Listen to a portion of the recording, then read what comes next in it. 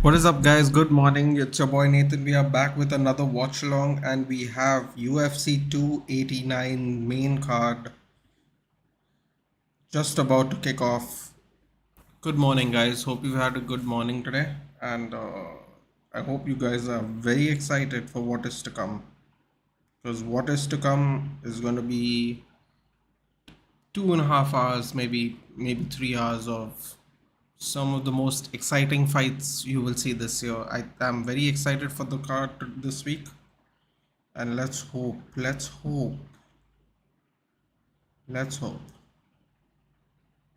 they deliver today. Let's hope.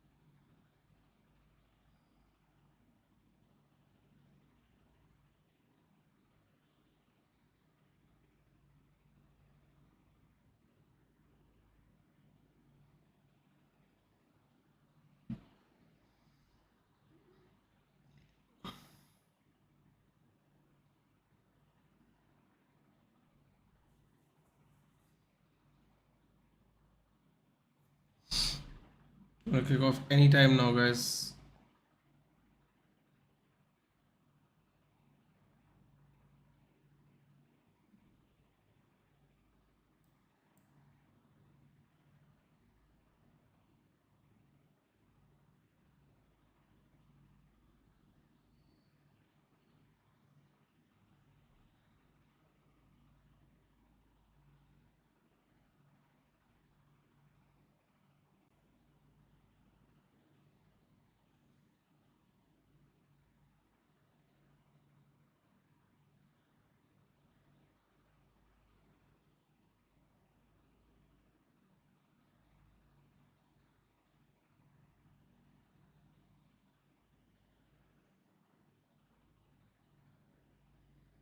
Yeah, now good evening or good morning.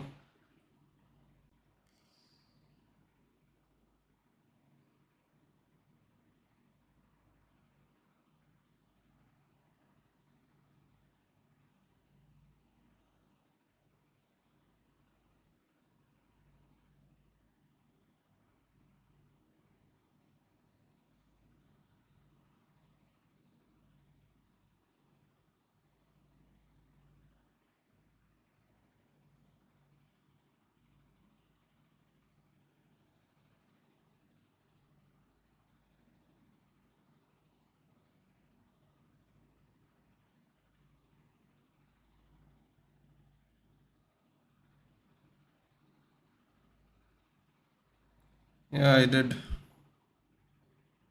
Not much sleep was granted to me today.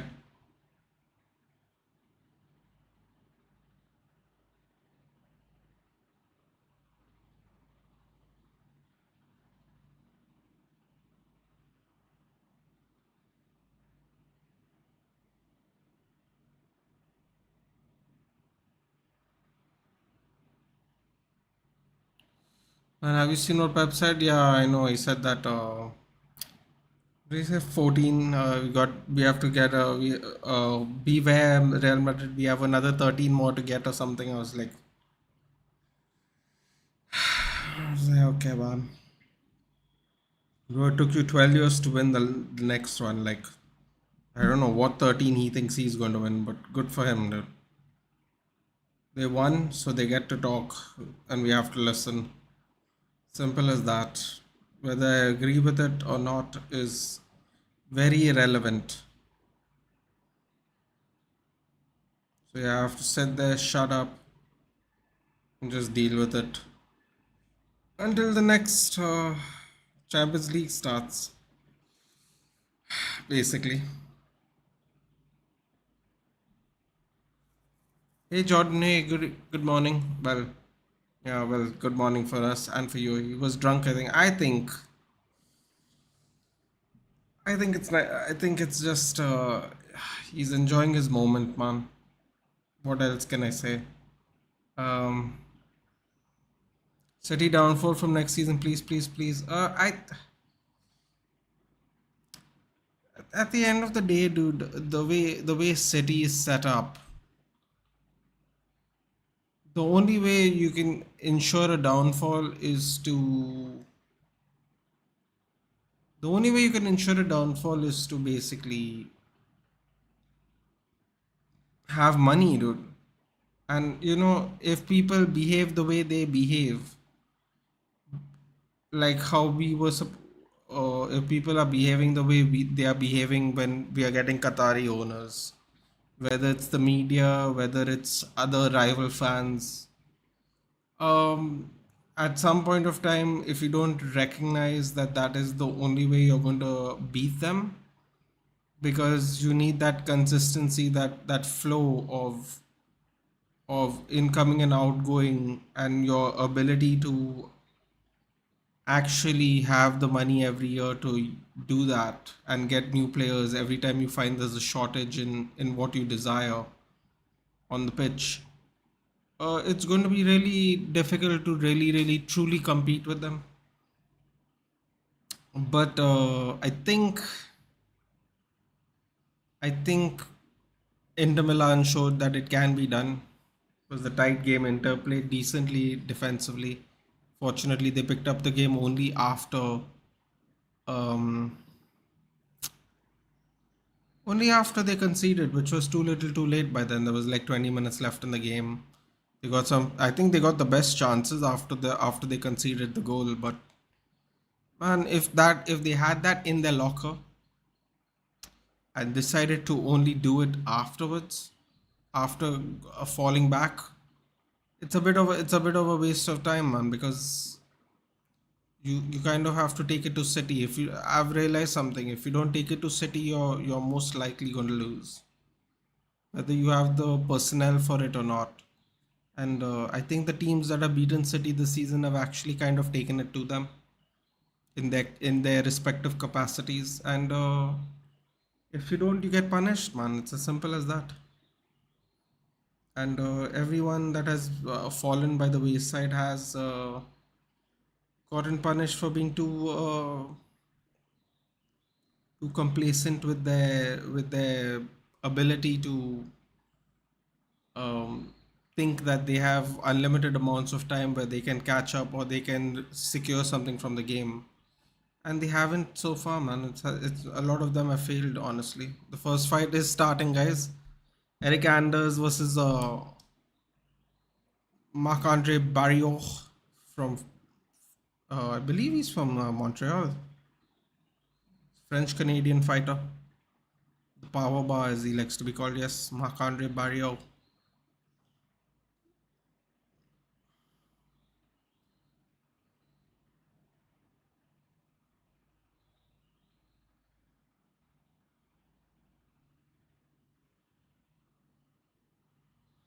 Jordan's here, guys. Liverpool fan for life. That's his channel as well. Give him a big welcome.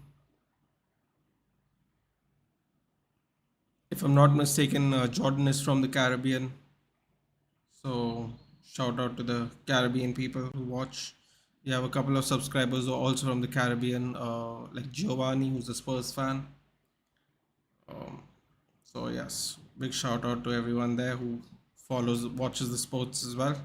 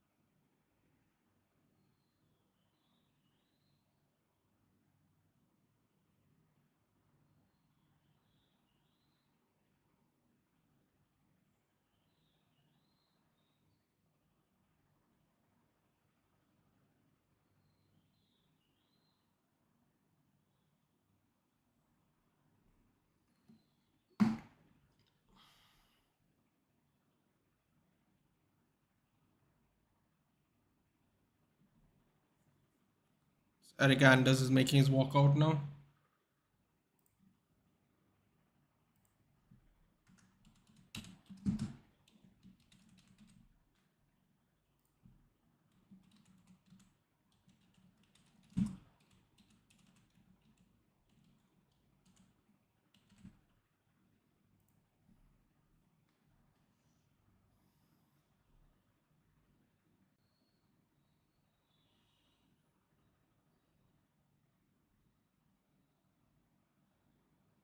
Good morning, Parag. Just in time. Just in time. Whew. Just in time for the kickoff of the main card. Actually, since we are on the subject, let's see what happened in the fights prior, shall we? I didn't read through them like I normally do. So let's see what happened there. See, UFC 289.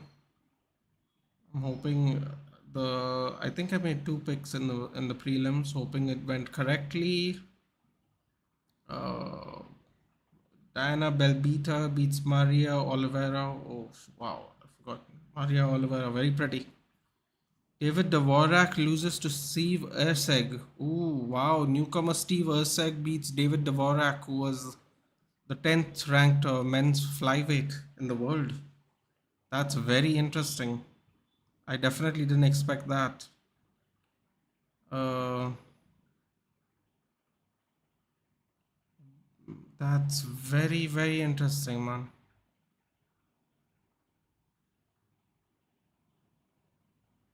Wow, okay. Didn't expect the David Dvorak thing to happen, that's for sure. Man, some guy just came out of nowhere and beat a top 10 guy. Dude, MMA is such a crazy sport. Like, seriously. Okay, and now we'll go to. Next one was Kyle Nelson, who's a Canadian fighter, takes on Blake Builder, who was undefeated, wins a decision match. Eamon Zahabi with the first round KO. Wow, 1 minute KO. That's what we thought, guys. We thought he's gonna win. I don't know if we thought he was gonna win in 1 minute, but he did. Jasmine Jasidavicius from Canada by way of Lithuania wins a decision over Miranda Maverick. Ooh, Miranda Maverick's on a bit of a decline now. And Chris Action Man Curtis. Oh wow, no contest. Round 2, 3, or 4. What happened in this fight? Oh my god, what happened here? Man, Chris Curtis has such bad luck. Like, genuinely has such bad luck. Imavov versus Curtis was deemed a no contest following a referee stoppage due to an unintentional clash of heads. Hey man, can I be honest? Chris Curtis has the worst luck, dude. Chris Curtis has the worst luck. Again, another clash of heads. Back to back, back to back fights. Clash of heads. Hello, hello. Good morning. Back to back clash of heads, man. You can't make that up, dude. That's that's horrendous luck, man. That's horrendous luck. Damn. Eric Anders is 36 years old. Jeez. Uh, you know, it is what it is.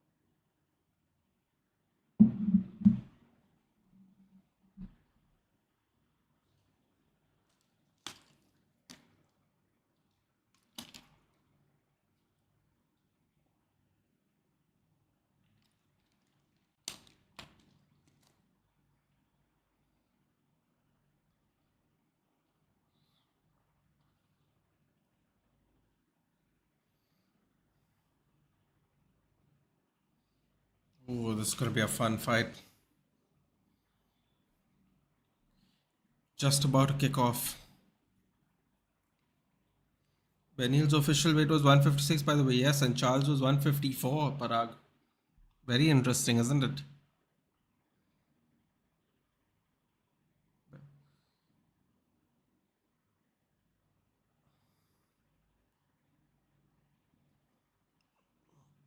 Um, that's a very interesting fact that Charles Oliveira finished at 1.154.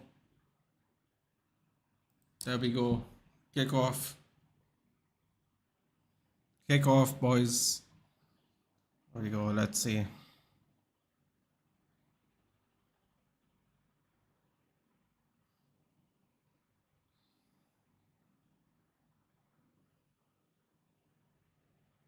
Barriault in the red, representing Canada, obviously. Anders in black. Oh! Dropped him with a high kick. Straight away. Right high kick. Eryk Anders keeping him at bay with his legs. Keeping away with his legs. Oof. Goes into a turtle shell. Barriault gets his back. Punches him. Okay. Steps back up. Still has a body lock with his left hand. Using his hand to push away from his head, create some space for some dirty boxing. Oof. Beautiful knee to the body by Eryk Anders. Oh, another knee. It's 3 knees now. Backing him on the cage with the underhook. Then another lovely whizzer by Andre Barriault. Beautiful elbow inside. Another elbow. Eryk Anders is eating too much. Oh, they're both eating too many shots now. Single leg. He's trying to run the pipe. Beautiful defense there by Barriault. Another knee to the body. Another elbow to the face. Oh my god, this is a brutal fight. This is what we thought is going to happen, boys. This is what we thought is going to happen. They both have a half tie plum clinch. They're throwing elbows. They're throwing knees. Beautiful left straight jab by Barriault. Ooh, knee down the middle. Knee down the middle. More knees by Eryk Anders against Barriault. Barriault needs to create space, circle out and create space now. Too many shots here. Too many shots, in my opinion. Ooh, another elbow. Another elbow. Ooh, uppercut. This half-tie plum position is a very dangerous thing. I can't believe Marc-Andre Barriault was just standing in there. Nice exchange there to exit out. Barriault needs to get back into the center. Just going to get wrapped up again. Beautiful step in right uppercut by Eryk Anders. Ooh, you know what? Eryk Anders has recovered really, really well. All things considered. Step in. Misses the punch. Tries to take a takedown. Oh, left, right, left, right. Ooh, misses the knee out down the middle. Eryk Anders is trying to incorporate the plum a lot. Lovely body kick by Marc-Andre Barriault while he's being backed up. Anders got to be careful though. He did eat that high kick from the right hand side already. Step in. Again, the takedown. Body lock. Eryk Anders is desperately trying to take this fight to the ground. Even though he's having quite a lot of success there in the corner. Ooh, in the pocket. Phone booth fight. Marc Barriault steps out. He says, not now. Not this time. Eryk Anders very aggressive. Ooh, another step in left there. Just missed Barriault though. Back into the plum against the cage. Both trading. Ooh, beautiful knee to the body. Beautiful knee to the body by Eryk Anders. Oof. Dirty finish. Dirty fight here. Against the cage. They're trading. They're making it nasty. Credit to Marc-Andre Barriault. He is being Eryk Anders' Huckleberry, and he is trading back as well. Eryk Anders is looking quite big actually. Ooh.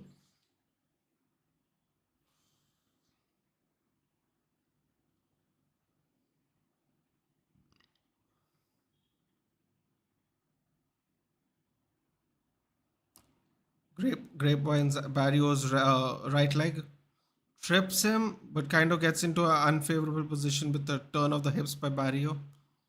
Has to release that body lock.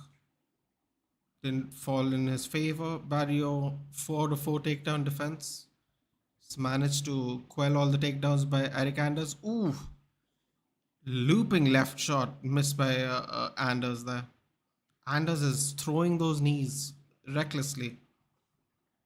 There we go. First half. First round in. Who do you guys got? I'm gonna go with crazy pace there, by the way. Crazy pace there. I'm gonna give first round to Anders for a lot of intent after being dropped.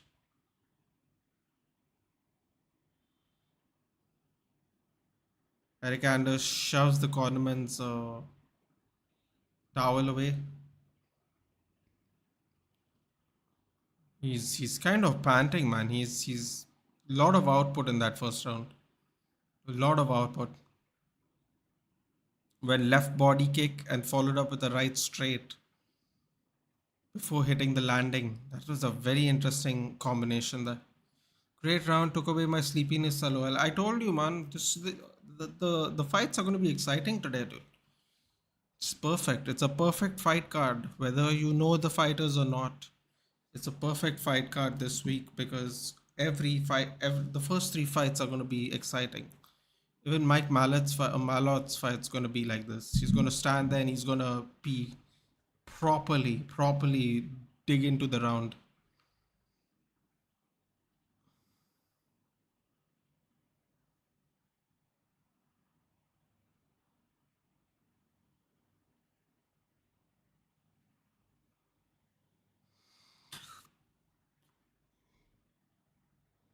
Sorry, my rounds already started, guys. I didn't click on the timer correctly. Beautiful deep kick there by Marc-Andre Barriault, by the way. Ooh, another deep kick by Eryk Anders. I'll tell you what, man. Eryk Anders is incorporating a lot of Muay Thai today. A lot of Muay Thai. He's trying to incorporate a lot of Muay Thai. Oh, low blow, Eryk Anders. Eryk Anders needs to be careful he doesn't empty out the tank, though. I think he got the first round, recovered from the drop. But he's gotta take care, man.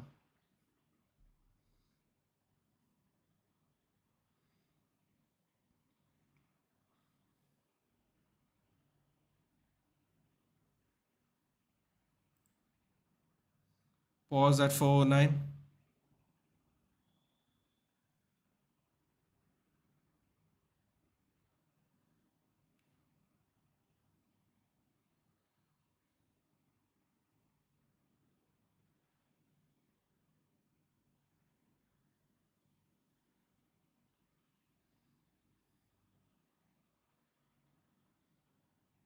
It's been a while since I've seen Jaron Valel referee a match.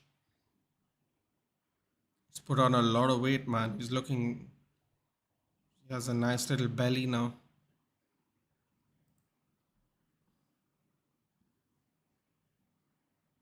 There we go. Restart in the fight.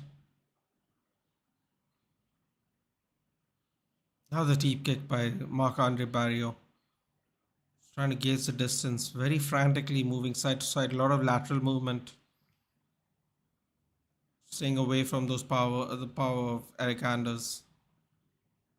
Now the deep kick, man. Oof. Tell you what, guys.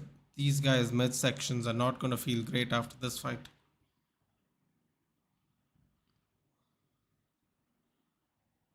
Ooh, lovely left straight by Eryk Anders. Another body shot by Marc-Andre Barriault, man. Marc-Andre Barriault had such a great start to the fight too. Ooh, right high kick missed by Eryk Anders.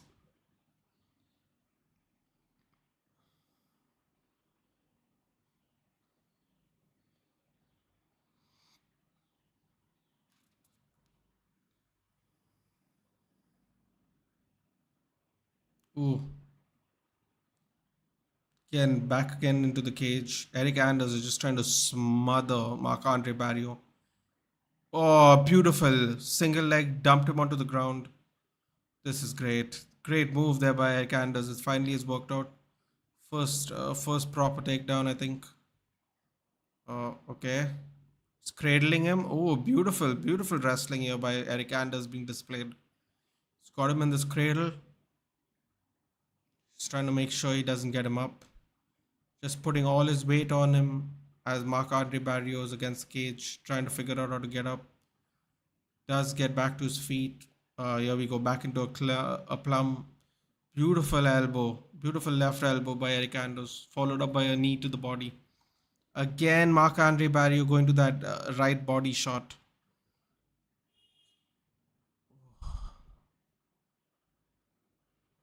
Marc-Andre Barriault. I think again it was another low blow. Unintentional, of course. He was trying to extend for the kick.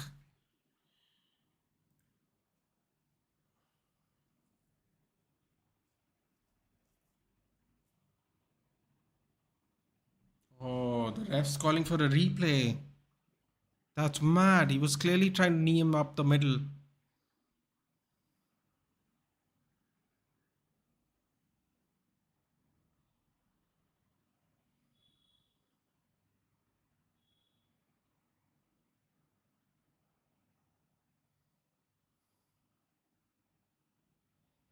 Another timeout.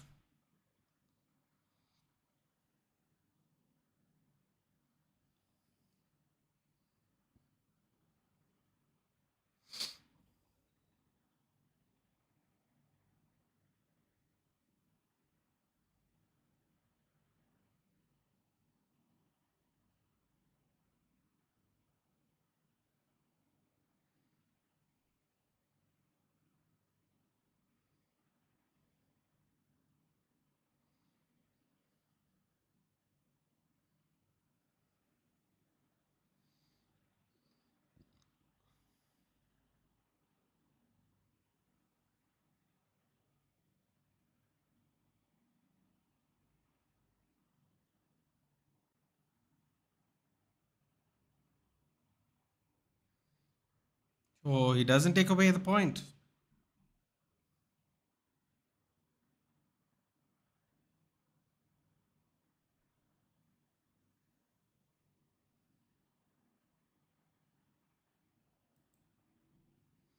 Great handling of the situation by the ref. Great handling. Great handling there.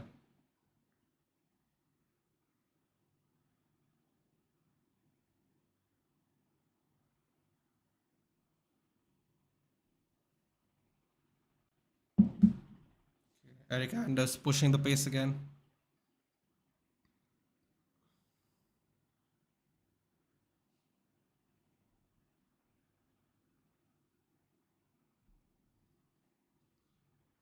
Eryk Anders is looking in great, phenomenal shape, by the way.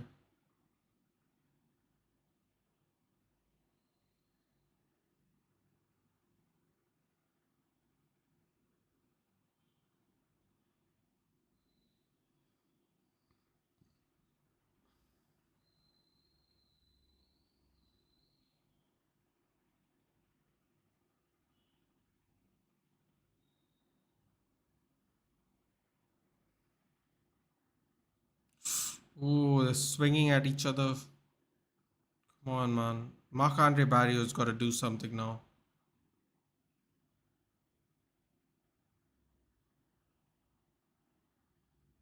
Great performance here by Eryk Anders, man. He has been eating that right body shot a lot to his left side. The right body shot has been landing with Barriault, but fortunately he's not utilizing it enough.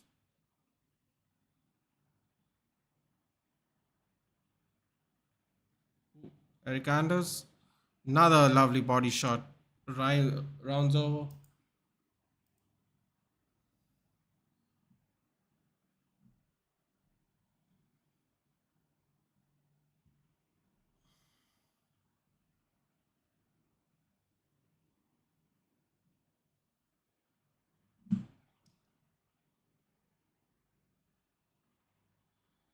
Crazy second round. I'm gonna give it to Anders as well, unfortunately. For for Barriault. Did Pep really say he's coming for Madrid's 14 UCL? Yeah, he did, man. I'm pretty sure he was being sarcastic, but still, like, took him 12 years to win this one. Don't really know what to say, man.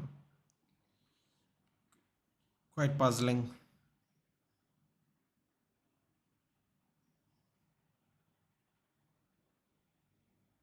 Who did you give the second round to, Parag? Who did you give the second round to? Oh, here we go, man. UFC 290, Volkanovski, Rodriguez, Moreno, Pantoja 2. Pantoja has beaten Moreno twice. Twice.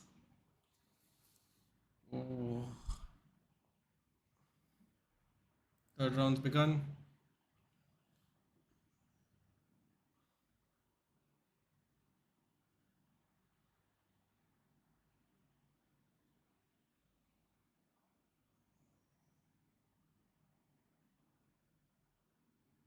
That's interesting. I didn't realize that Eryk Anders is basing himself out of Arizona. So he was with Fight Ready Eddie Chow, who, if I'm not mistaken, also used to be at the lab. He's moved to Henry Cejudo's gym in Arizona as well. And that was apparently Eryk Anders' old coach. And now he's moved to John Crouch, who is from the MMA lab, home to Benson Henderson, obviously, most famously. That's interesting. Very interesting. Oh, goes into trouble. Ooh, Barriault got the guillotine. Oh, slips out. Man, there's too much sweat. Not happening. Anders for sure. Hey, what's up? What's up, Rajat? What's up?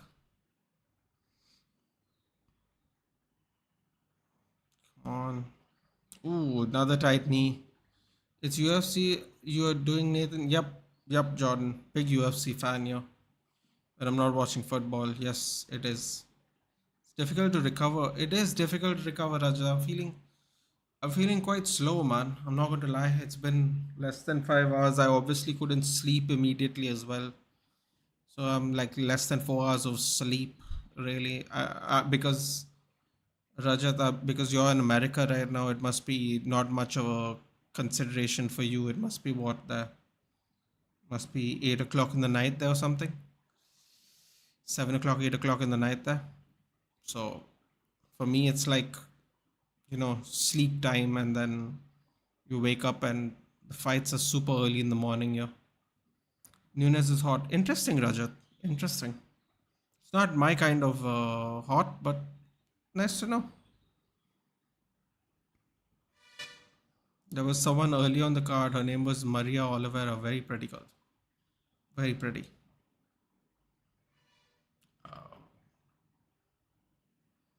Oh, lovely leg kick.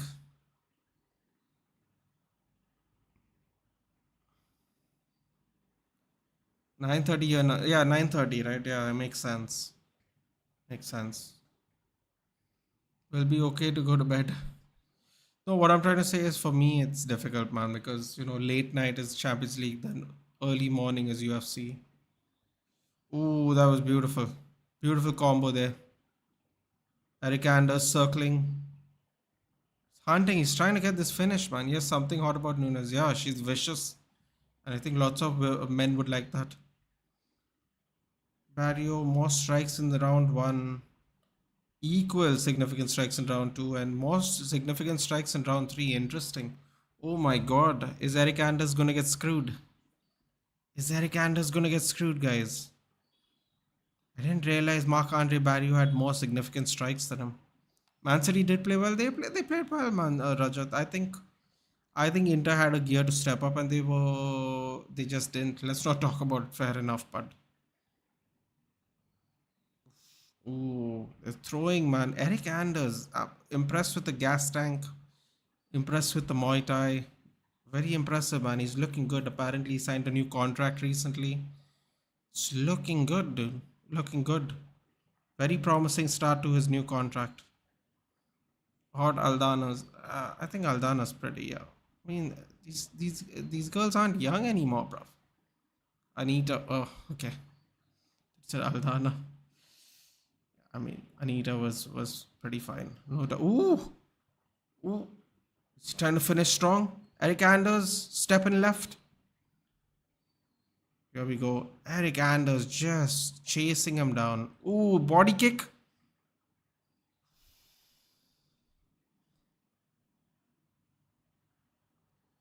Another left. Ooh, swinging and banging, baby. As Derek Lewis likes to say. Oh, I'll tell you what, man. This was a fun fight. This was a fun fight. It's just about to end. Closing 10 seconds. Fight's done. That's fantastic fight, man. Fantastic fight by both of them. Put on a show, boys. Put on a show. Interesting. A lot of their fights have gone to a decision. I didn't think this was going to be one of them, man, to be honest. I didn't think it was going to be one of them, to be very honest, but it did go to a decision in the end. Barriault winning, I said it last night. Yeah, man. I mean, I thought Eryk Anders won the first 2 rounds, dude. I don't know. This is going to be interesting. Should he have got that minus point deduction, 2 low blows in the second round? Eryk Anders did recover really well in the first round as well, man. Is this free to watch, Rajat? I mean, I wouldn't say it's free, dude, but in India, I guess it is kind of, yeah. If you have the subscription for Tata Sky, you gotta pay that subscription anyway, dude. Oh, Henry Hooft. Okay, man. Marc-Andre Barriault is in Killcliff MMA. Henry Hooft is his coach. Want to win Premier League, that's it. UCL, don't know. Hopefully, man. See what here comes the decision. Let's see what happens. That was a crazy fight, though. What a way to start.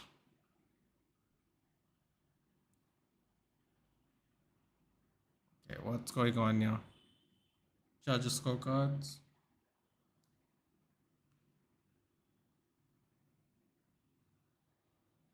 Oh, 30-27. I am a Megan Olive simp. Are you too, Nathan? I would love to be Parag, but I definitely like Laura Sanko much more. Oh, she's way more my type, if I'm being honest. Bro, 30-27? Really? 30-27 for Marc-Andre Barriault. Don't know about that one, man. He didn't win all 3 rounds. Come on.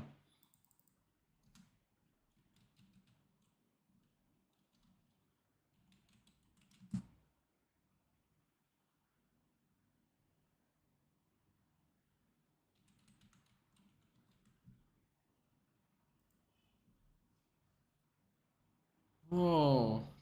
30-27. Don't know about that one, man. But it was a great fight nonetheless. Nonetheless, it's been a fantastic fight. Much more entertaining fight than me and many suspected. Great job by both fighters. Fair enough. Look at the strikes count, bro. But the significant strikes don't tell everything, nah, Parag. That's the problem here. But still, man, great fight. Great fight. I thought it was great recovery by Eryk Anders, but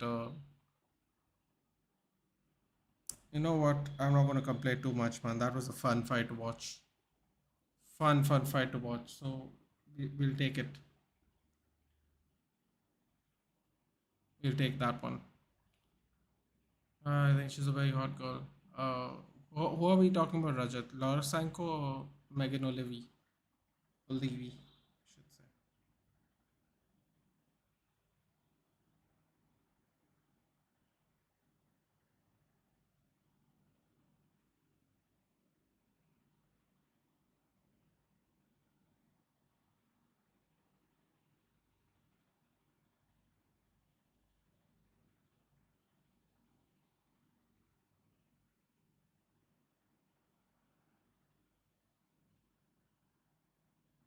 I don't know why, but I saw some ridiculous Spotify Barcelona thing just now on Twitter. Vittori versus Cannonier, June 17th. Oh, yeah, next week's fights. Oh, Marvin Vittori versus Jared Cannonier. Armin Sarukian versus Joaquim Silva. Armin Petrosian versus Christian Leroy Duncan. CLD, baby.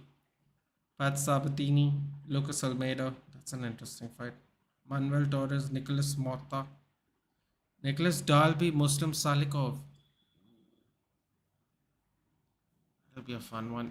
Here we go. This is gonna be my favorite fight here. Volk versus Rodriguez, July 9th, 8th. Yes, that's right. Yeah, this is the fight I'm waiting for, baby. Nate the Train, baby. Nate the Train, Landwehr. And 50k EK. Let's go. This is the fight, guys. This is gonna be fight of the night. I have a feeling. I have a feeling in my bones.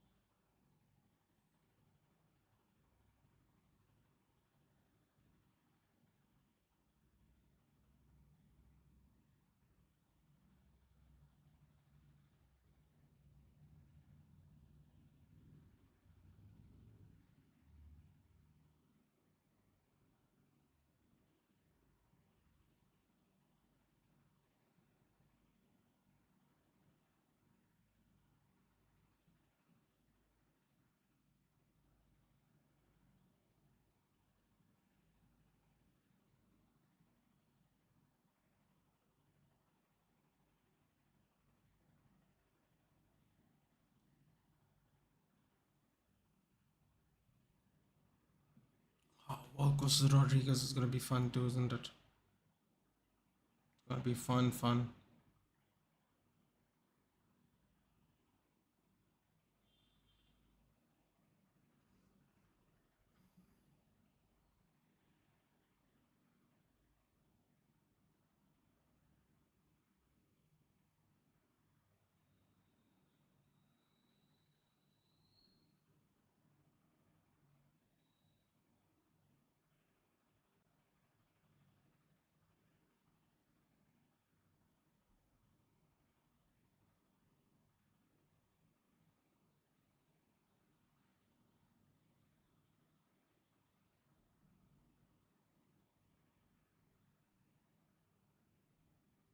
Get ready, guys. This is gonna be the best fight of the card.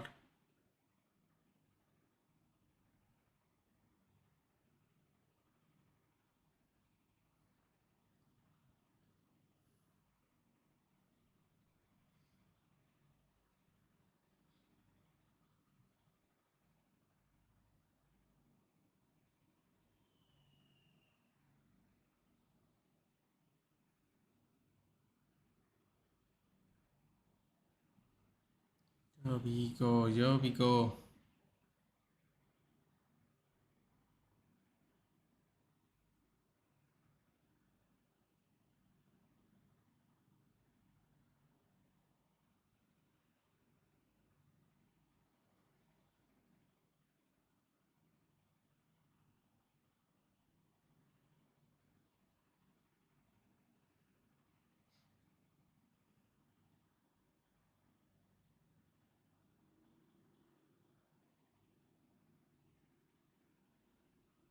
Oh, interesting. Interesting comments there by Mike Keegan.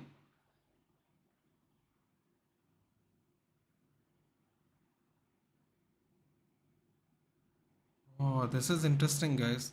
Mike Keegan said 5 hours ago, better to put 1 billion, more than 1 billion into a club, football club in Manchester, than to drain more than 1 billion out of one.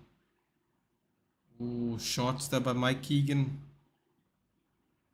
Oh, someone else is not happy your treble happened, huh?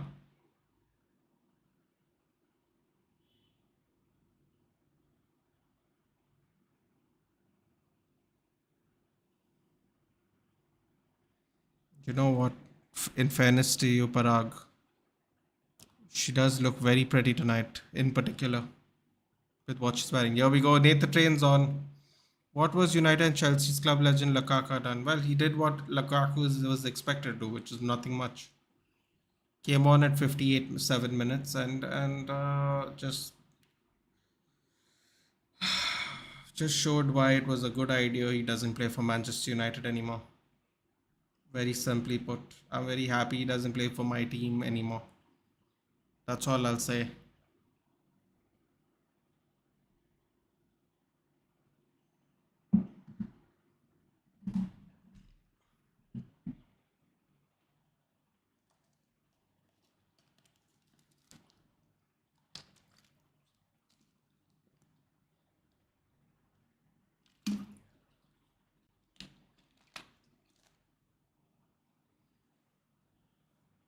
Yes, she always does, Parag, but today she's wearing something even like really nice in comparison, I think, today.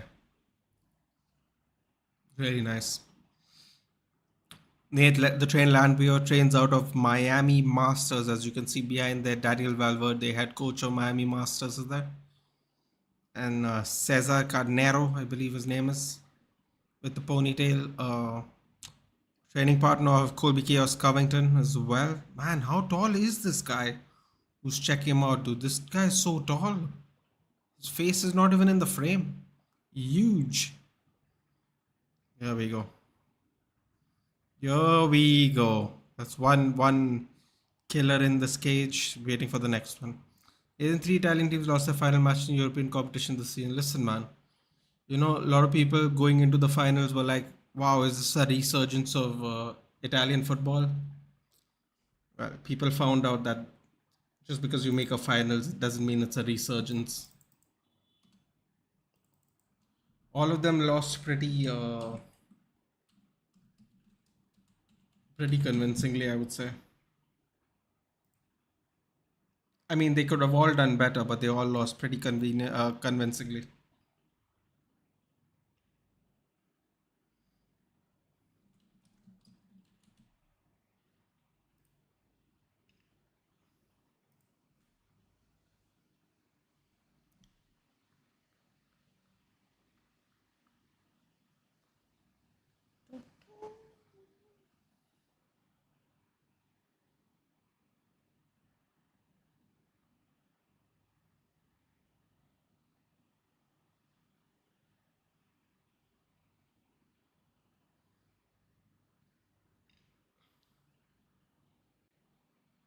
Man, look how tall that guy is behind Cutman Tate. The Seeker in the walkout security, of course, dude, there's a big Sikh contingent in Canada, isn't there? Oh, I just saw someone there with the turban as well as security. It's a lot. Bro, look how tall that guy behind the Cutman Tate is. Huge.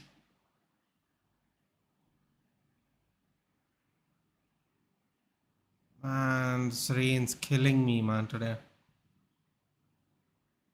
I don't think Inter lost convincingly. They held City, which no team were able to do. Even in many events, City were the lucky ones not to concede somehow. Mm, I mean, they had three good chances in the first half as well, didn't they? One thing is permanent is that City don't deserve this title. I hope they don't win the sextuple. Yeah, I don't know how they could win the sextuple, dude. We don't have six trophies, do we? What could they win? The Super Cup and or the Charity Shield? Like, I think you can only win World Club Cup, I guess. Damn, man, it's raining crazy here. Just picked up. Nice walkout music.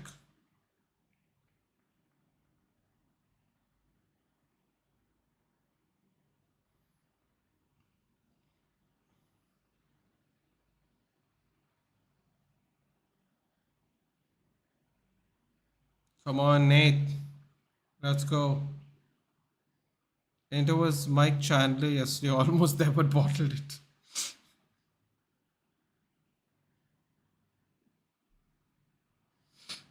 Oh no.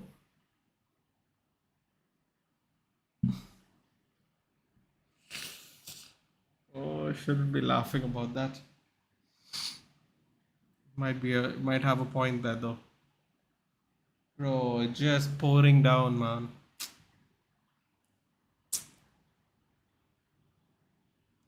Community Shield, Super Cup, yeah, Club World Cup, yeah, I figured that. Can't rely on Arsenal to win the Community Shield, can you?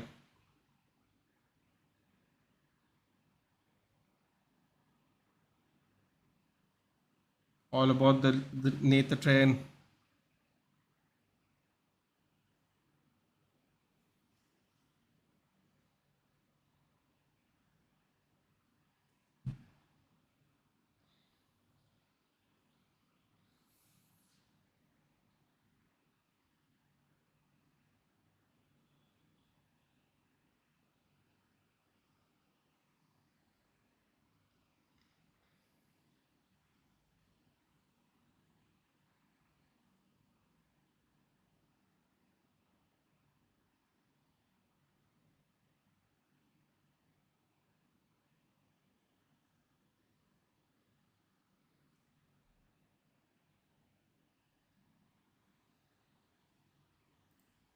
You go.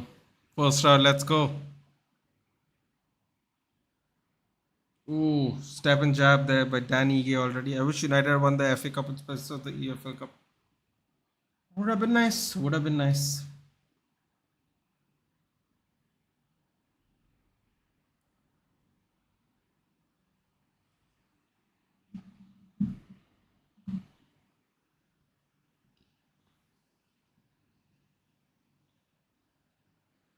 Is this the coming out party for Nate the Train?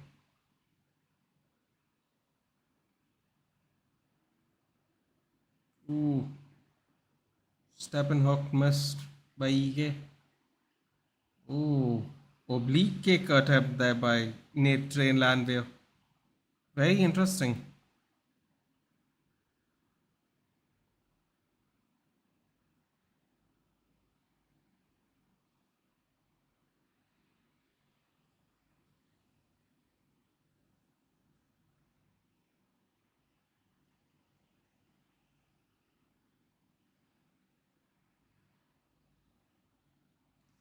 Oh, missed deep kick. Ooh, body ripped to the body and then went high, but missed.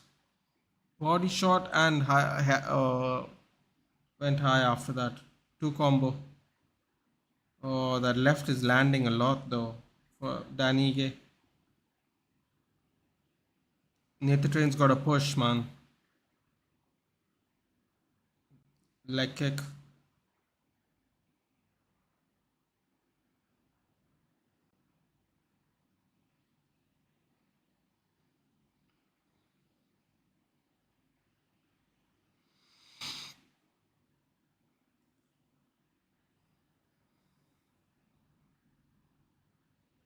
Do you rate Ryan Garcia? Honestly, Parag, I think I'm not a big boxing fan, but from what I've seen, at least at this point of time, from what I've seen, is he's most likely to stumble against the elite talent. I think he'll beat a lot of top talent fighters, but elite talent like Tank, I don't see that rematch if ever happening becomes is any different because from whatever people's reviews are of Ryan Garcia, which I've been hearing about on podcasts for the last couple of years, is that he's very aggressive, but he doesn't have the best defense, which means he always is going to likely get clipped. So you can't really afford to be that aggressive against the elite talent because the elite talent are on average a much more significantly well-rounded fighter. So I think against like Shakur, Devin Haney, who's beaten him in the amateurs already twice, I believe. I don't think he's going to beat a lot of elite fighters, but I think he's going to put away a lot of top talent fighters just by sheer basis of his own talent. But I think he's going to have to change coaches. He's going to have to try and find some kind of balance in coaching, man. His life is too chaotic in general. He's becoming kind of like an influencer boxer in a weird way, because of his popularity on YouTube and stuff. It's difficult to balance both, man. Boxing is not one of those sports where you can do two things at once. I mean, Oliom couldn't do it. Clarissa Shields came and lost. What did she lose a second fight in the PFL? It's difficult, man. You can't commit to both. It's not. You can't do two things when it comes to boxing. I think he'll mature in time. He has great potential. Yeah, I think he definitely has great potential. There's no doubt about that. I just think he'll fall short against the super elite. Ooh, lovely combination. Danny Gay basically walked into it after missing a strike.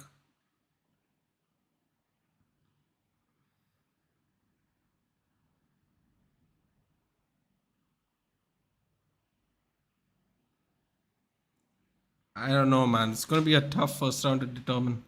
Nathan, how will Chelsea offload Lukaku? Now it'll be fun to see the drama of it after he did Maguire act and enter. I honestly think Pochettino doesn't have a choice.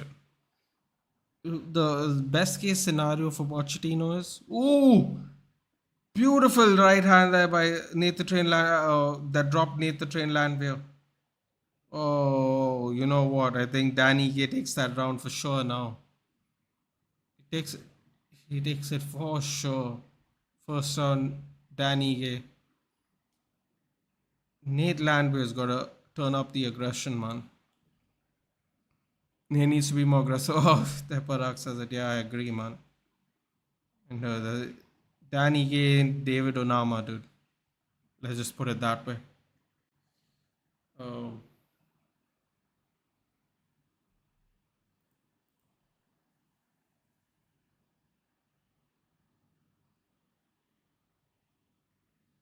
okay, so Cesar Carnero is basically saying, I wanted to just focus on being accurate instead of being powerful. Makes sense. Give me a second, guys. There we go. Second round started. Well, Lukaku's the only meme contender challenging Maguire. You know what's the funny thing, Paraga? I would say Lukaku's worse than Maguire. Because, Maguire is happy to be where he is. Whereas Lukaku keeps saying, talking shit. First, he spoke shit about Manchester United when he went on loan. Then he spoke shit on Chelsea when he went on loan. Like, at least Maguire wants to be here, I would say. And the way Lukaku talks and Maguire is very similar, but at the same time, he's not necessarily disrespectful. Maguire is not disrespectful to his club, the way Inter Milan, Lukaku is.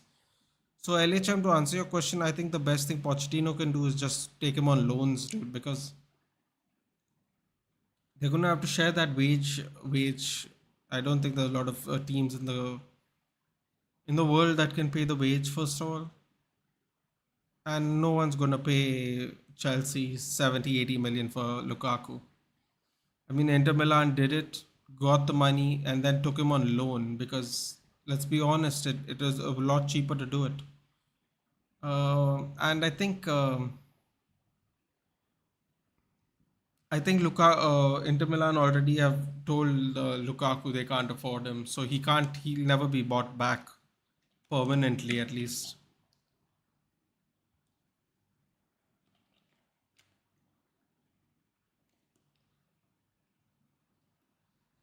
I have to say, man, Danny Gay is showing Nate Landwehr the levels to this. Nate Landwehr is going to have to, he's going to have to pull out something he's going to have to pull out a magic trick. Lukaku was Maguire shit was shit, yeah, but, Maguire is actually can actually do a job, whereas Lukaku, no matter where he goes, seems to be extremely limited in his own way. Obviously, different positions, of course. Step in left hook, Nate Landwehr just eats it. He's trying his best to put pressure on Danny Gay, but Danny Gay is just moving laterally. Ooh, body shot, headshot again. The left is just landing. The train is being derailed right now, lol. Yeah, it looks like it. Although he does opened up Danny Gay on the nose, I think. And the left is just landing, dude. True, Lukaku thinks he is him, dude. I don't know who's him, dude. Because you know what I mean. I don't know who's the him he thinks he is. Because right now he's nothing. He gets replaced by a dude that's 10 years older than him, and he's not even first choice at Inter Milan over Dzeko.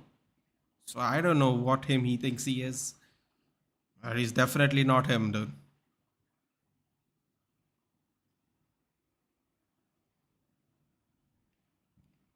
If you had a serious coach, we could have stopped these clowns, but not every time. Only Real Madrid will stop these oil merchants. The others are not that big. This shows oil is finally ruining football. Um, I think the only you know what's the funny thing? I'm still surprised that Lukaku and Maguire didn't share dressing room for United in 2019. I don't even know what to say to that. I'm just glad Solskjaer got him out. Um, I don't know about that, Arnab, because I think the only real successful oil club at the moment is City. And that too, City is deemed successful just yesterday night. You know what I mean? Because that's the thing that's been evading them this whole time, much like PSG. So I don't think PSG is ruining football, dude. Because the French league nobody cares about, quite honestly. And they keep just they kind of actually are getting worse in Europe in a weird way. They seem to be getting worse and worse in Europe. That sounds weird, but I think they're actually getting worse a little bit. Um um ooh. Oh no. Oh. Ooh. Oh, I'll tell you what, man. Nate Landwehr is gonna have to go back to the drawing board one way or the other. He's getting absolutely brutalized.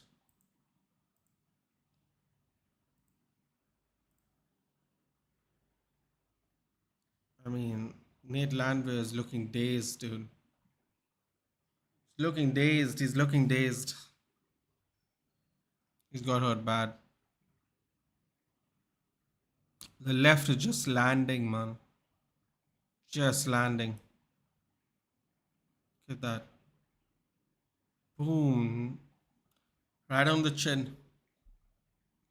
Do you know Megan Thee Stallion unfollowed Lukaku after you still listen, dude? She likes savages, dude. If you know, you know. 3 billion, 115 FFP breaches, direct links to humanitarian violating funds. This is so gory.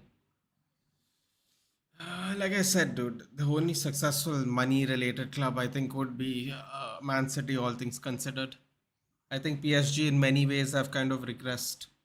In a strange, I know it sounds strange, but if you think about it, they used to win by larger margins in the prior years. They used to go further into the European competition in prior years. That's all I'll say about that, man. I mean, there were four, five, 6 games that they required Messi to pull them out of the ditch, dude. Like they are kind of getting worse. Now Messi ain't there to save them. Mbappe is gonna leave next year if he's smart, if he has brain cells. Neymar is 31 years old. They're only gonna get worse, dude. They're only gonna get worse, in my opinion. Tell you what, dude. Haaland ain't gonna go to PSG. Where's their next superstar? Or if they're gonna hold on to Hakimi for the rest of his life? It's gonna be tough. Ooh, look at that left there by Danny. Oof, true that. Both of them are mid. I think Megan Thee Stallion's definitely a lot less mid than Lukaku. A lot less mid. Nathan, funny thing was, Dzeko was City's first PL winning team. Yeah, I know that. Now he's witnessed their first UCL win by playing off. Yeah, man. To be fair though, LHM Dzeko is also much older than probably a lot of players on that pitch. The fact that he's still playing football is quite it's quite a tip of the cap to him, dude. But you know what? It is what it is, man. Edin Dzeko was there. You know, City started that thing where they just started getting and buying and selling players crazily after their first success in the Premier League, and it basically never stopped since then. Either Neymar's bored with PSG. Listen, LHM, he may be bored with PSG, but He's not going to get easy money like that in any other league, my friend.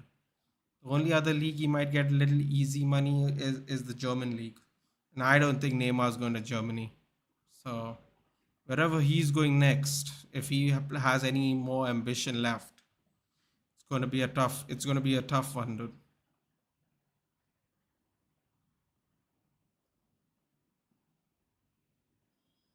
Bro, I mean, there's 3 minutes left. Landwehr is looking good all of a sudden, man. He's looking more active now, but I think for sure Ige's who got this. So maybe all 3 rounds again. Why didn't Nate Landwehr fight like this with more pressure in the first round?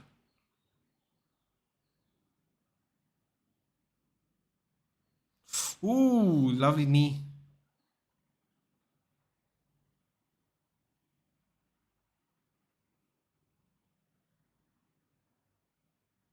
The knee just missed Dan Ige.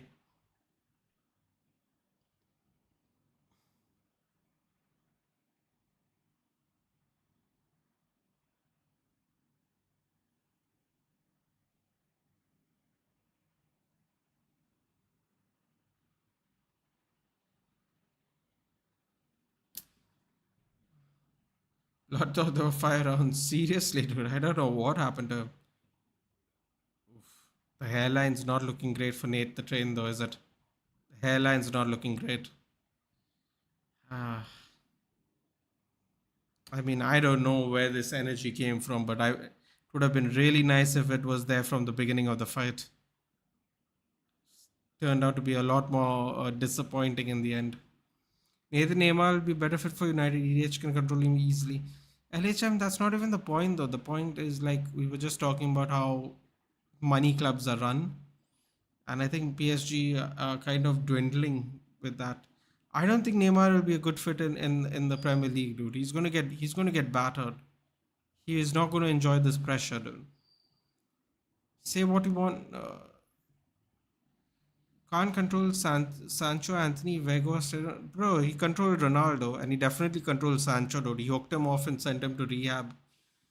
Vegas, I don't know what he could have done, dude. He had no option with Vegas. Anthony is his signing, dude. He has favorites. I don't like that, but then all coaches have favorites, so that's a problem. He definitely control Neymar, though. I'm not worried about that. I don't think Neymar. You know what's the funny thing? You wanna. Ooh, missed the Das choke there. Was trying to thread in a Das choke. Lovely move there by Danige. Oh, it looked like he was trying for that Das. 10 seconds left. Fight's done. Um, I genuinely think.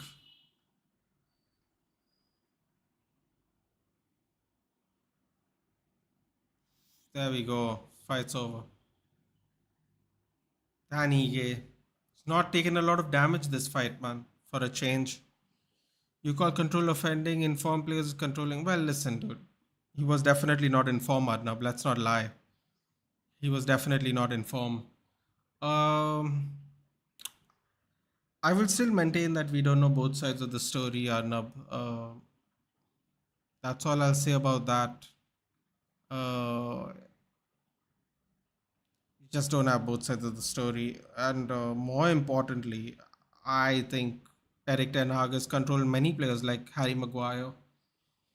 Uh, he's not fallen into the pressure of playing him. So there's Harry Maguire is a good example, captain of the club. Um, I think he'll control Neymar, but if I'm being very honest, I don't even want Neymar, dude. So it's not even a thought that goes into my mind, really. It's not a thought that goes into my mind because I have no desire for Neymar to join my club. Um, yeah, that's it, really. I don't really have anything else to add to that.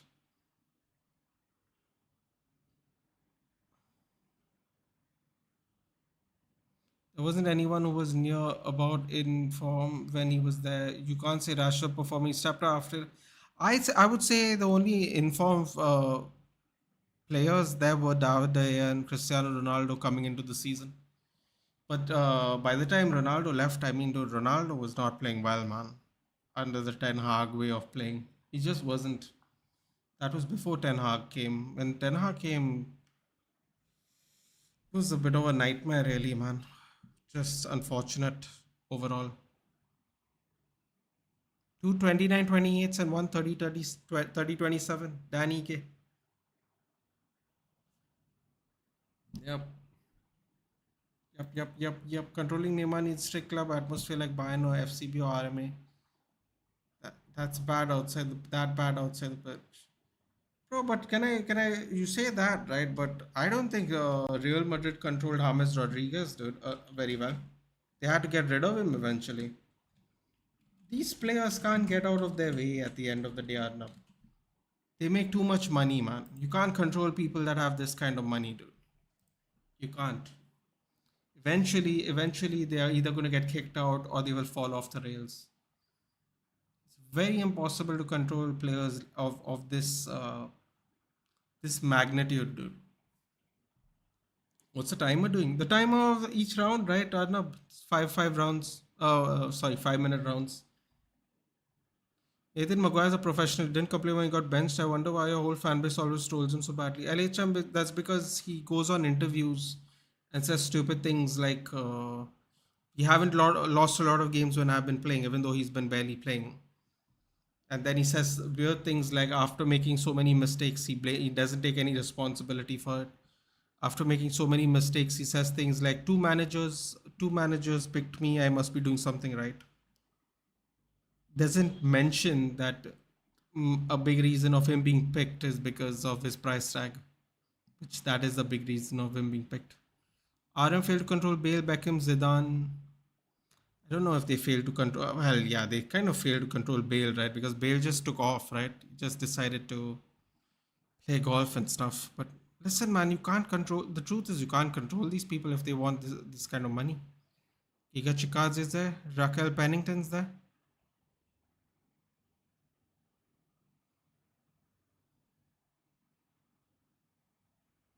Oh, the Vancouver Canucks head coach is there. Interesting. He was playing when KCM Prime was there. Isco was in Prime. It was tough, but James never went out of control. Even he showed respect when he loaned to Bayern. Score was. But didn't he like crash cars and shit? No, I remember him crashing cars and partying at some point of his career. I don't know exactly when it was, but I remember it happening. Like I said, man, I'll say what I said, which is, once you get the kind of money these guys are getting, it's tough to keep them in control. It doesn't really matter how good they are, how bad they are. It's just tough to keep them under control, man. It really is. It's just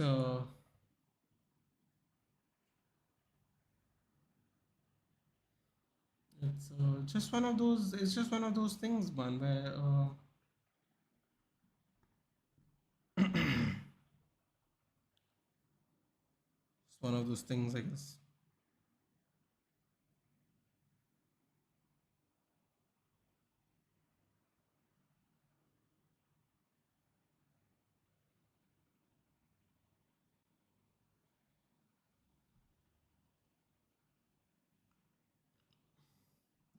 Hey, yo, Beckham was old. He was there to grow a brand name. I don't think he was old when you got him, dude.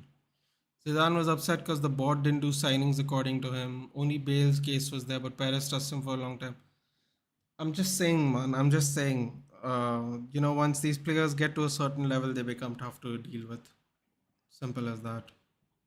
Just become tough to deal with. Can't really control people when you give them that kind of money, dude. You can only cut their career short because the money is the money, dude. It's a lot of money. Was well behaved when Ancelotti was the manager, but that's what I'm saying, right, dude? Ifs and buts, right? At the end of the day, if you're not like, this is why I will say, this is why I'll say Harry Maguire was better than Romelu Lukaku, because Harry Maguire uh, is an actual professional. Like, until he says some weird stuff on the. If you take the weird stuff he has said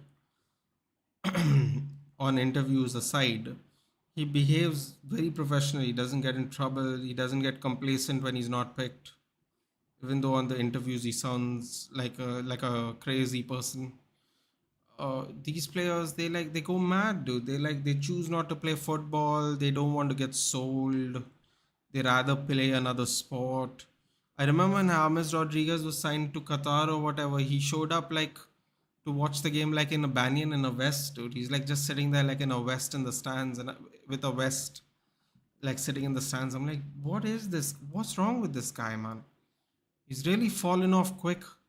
And I think James Rodriguez has fallen off the fastest compared to all these players, dude. Because, bro, you give someone like that with no money, no prospects in a very poor country from Colombia, money that you've never seen, the lifestyle, a beautiful city like Real Madrid, a legendary club like Real Madrid, a beautiful city like Madrid, I should say, not Real Madrid. You go from wherever the hell you are in Colombia to this, man, people are going to be, some people are just going to lose their shit, dude. And, I think James Rodriguez was one of them, man. Then he went to Germany, didn't refuse to learn the language, flamed out there as well. Yeah, yeah. People will say he won stuff and all, but he flamed out as a player in the team. It's tough, man. I'll say it's tough to control these kind of players, dude. I don't know what everyone else thinks. It's really tough to control these players, man. Simple as that. Especially with the way they get paid, it's impossible. Can Lukaku press? Yeah. Uh, he can press his imagination for how good he thinks he is. No, that's what he can press. Saudi Arabia wants all the latest Ballon d'Or winners in their league. That's why they increased their offer to Modric after Leo Messi rejected them. Oh, Miguelito Cope. Oh my God. What's happening in that country, dude? Where's all this money coming from? I mean, we know where it's coming from, but it's ridiculous, dude. You know what? Who cares? It ain't my money, dude. Back to yesterday's call. Choosing MLS was a BS decision. Arnab, I will. I don't know, man. I don't know. Maybe choosing Inter Miami was a crazy decision. Dead last in the Eastern Conference, a bottom three in the MLS overall. Maybe that was a bogus. Maybe that was a bogus mistake. I can agree with that. The MLS. I mean, look at the options he's getting. Dude, even Saudi's not giving him that kind of options. Well, Saudi's not letting anyone own their land that's not from there, or own anything in their country that is not from someone who lives there. So he's never ever going to get that control in Saudi Arabia. And the MLS, he's getting paid by Adidas, he's getting paid by someone else, and he's getting an option to start his own franchise if he wants necessarily. Sounds like a good fucking deal for me, dude. Maybe he doesn't. Maybe he doesn't. Maybe he feels like he. First of all, he has done everything you can do in football. Maybe he just wants to. I don't know, man. Do something else with his life. Like, I don't know. Maybe he wants to own a football a team. That's so. And this is his best option to really do one, because they're kind of gifting it to him, right? All the legal things that are required to start a football club, he's not going to have to, because they're giving him the option itself.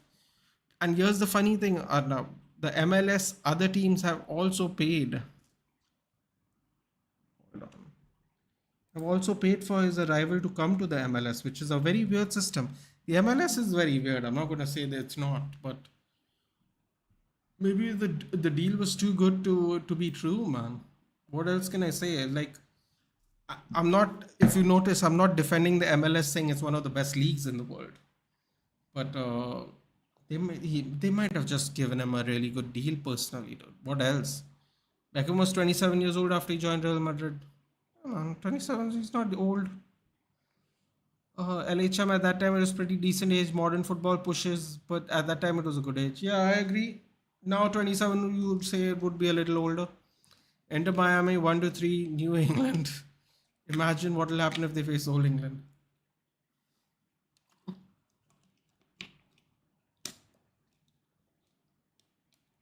You know what? They might have a chance against Southgate, dude. Let's not do that.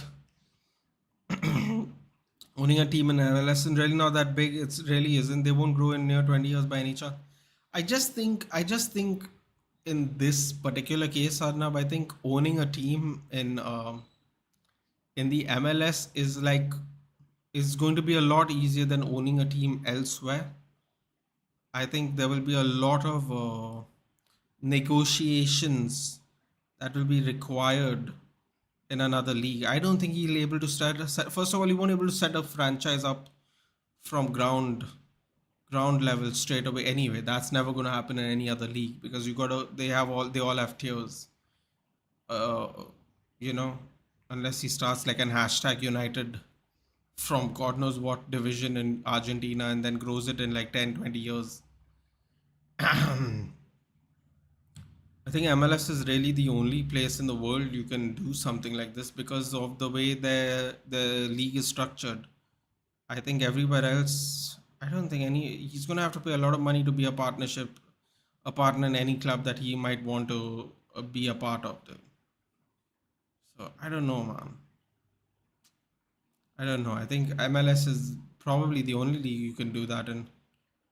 I do agree Beckham sign was just for growing the club brand, but you can't ignore he was in his prime because that time 30 used to be a finished age. Yeah, I think, yeah. I mean, at the end of the day, he played till he was 38 years old, man. He finished his last game at PSG was at 38. 10 years, in fact. 2013 was his last game, I believe. 10 years is going to be this year.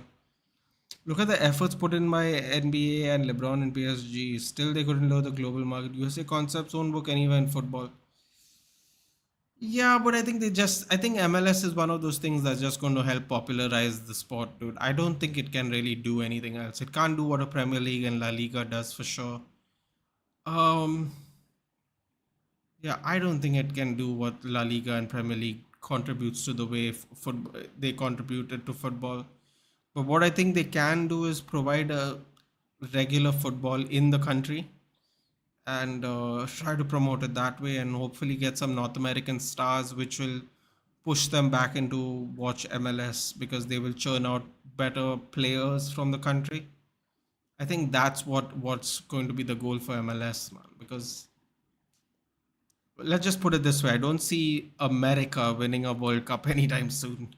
Although their ranking in the world is actually quite good if you think about it. I don't think they're going to win a World Cup anytime soon. Hell, I didn't even think Argentina were going to win the World Cup, dude. Let's not even do that about the America, dude. America, who knows when that's going to happen. Yo, congratulations, City one. Yeah, nice one, Death Slayer. I know you know you support Manchester, right? I knew you didn't. I didn't read that. I saw it just now. Nice one. Listen, man. Holy shit! Did a stand just fall off, bro? Did you see that? Please tell me someone saw that. Dude, the railing fell off of that place and everyone fell to the ground. That's mad. Oh shit, hopefully everyone's okay, man. People fell off there, look.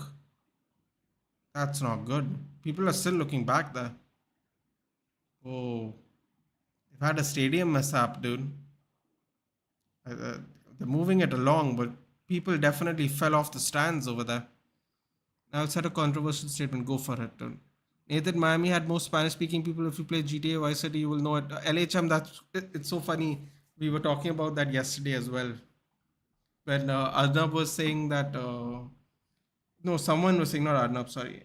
Yeah, Arnab was saying that we're going to see Messi do an English interview. I'm like, bro, he's in like one of the Spanish-speaking cities in America. I think they'll have many translators for him. Don't expect him to be speaking English anytime soon. You know the problem with MLS? They want to commercialize the sport, introduce knockout playoffs and leagues, halftime shows, multiple breaks, kiss scams. This is not football. I mean, listen, man. You gotta put their twist on it, right? I mean, like yesterday we saw the Champions League with a pre-match performance, and I was like, "Ah, can't be bothered with this, dude. Can't be bothered with this." But we had to watch it. We had no choice, did we? We had no choice. We had to watch it. We all had to sit there and watch Burna Boy and Anita sing a lovely song or whatever they did because I was on mute. We had to watch it. Whether we wanted to or not, we had no choice. Is City's treble better than the 99 United treble? I don't think so. With our mix of homegrown players and the way we won it against who we won it, um, considering how much we spent building that team with no financial issues, I'm going to say no. That being said, they still won it, so it doesn't really matter. Uh, but I'm going to say no, personally. Watching the WTC final, absolutely not, that Slayer. I ain't watching 8 hours of cricket like that, man. The IPL was way more fun for me. 4 hours, 4 hours, the whole game's over. If I might do T20s moving forward, India ones, because I enjoyed it actually, hanging out with you guys and just watching cricket. Rooney said yes. Yeah, well, listen, man, it's Rooney's opinion, dude. It's Rooney's opinion. Why will Messi do an interview? He can't perform there. Let's see what happens. Luka Modric was 100% decided he would stay and his new contract was half signed. That doesn't even make sense, man. These Spanish journalists say what crap, dude. Like it doesn't even make any sense what they say. But now the new Saudi offer has changed everything. His future's in huge doubt. We're gonna cook Madrid next season. Very possible at the rate Madrid's going. Makes sense.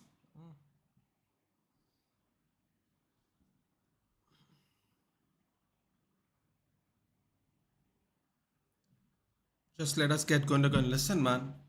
On a side note, I was just putting everything into perspective, although I couldn't be bothered. İlkay Gundogan, a Turkish man at Istanbul, lifting up the first UCL trophy for Man City as captain. Must be a pretty magical night for İlkay Gundogan, man. The rest of it, I don't really care for. If I'm being honest, Gundogan is easily one of the most underrated players in the Premier League. Come on, Malott, make me look good today, bud. I knew Danny Gay was gonna win by decision, but I still chose Nate Landwehr. Silly, silly boy. Ooh, ooh! I think he hurt him with that high kick. More pressure. Ooh, another high kick. Right high kick. Ooh, definitely wobbled him. Got him a little bit. Oh, Mike Mallott's putting the pressure on. Ooh!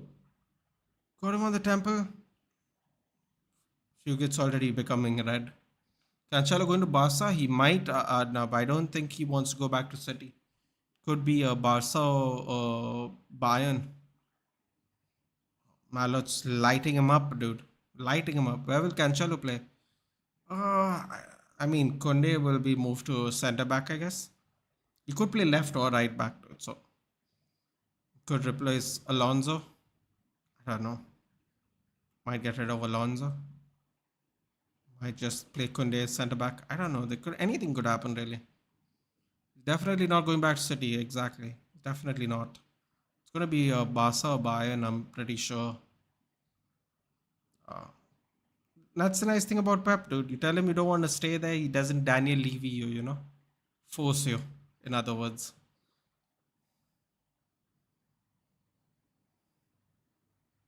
Oof. Mike Malott absolutely lit him up in the first 2 minutes. This. Oh, he's trying to go for that right head kick.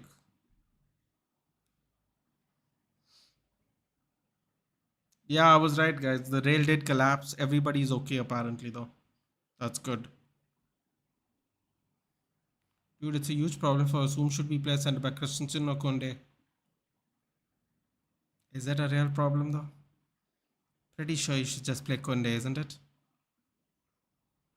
Pretty sure it's Konde.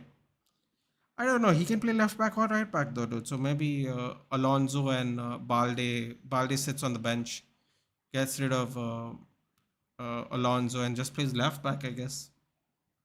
Good news. Left back and right back. Heart says Kunde, but mine says Christensen. Listen, Barcelona's got their own problems, dude.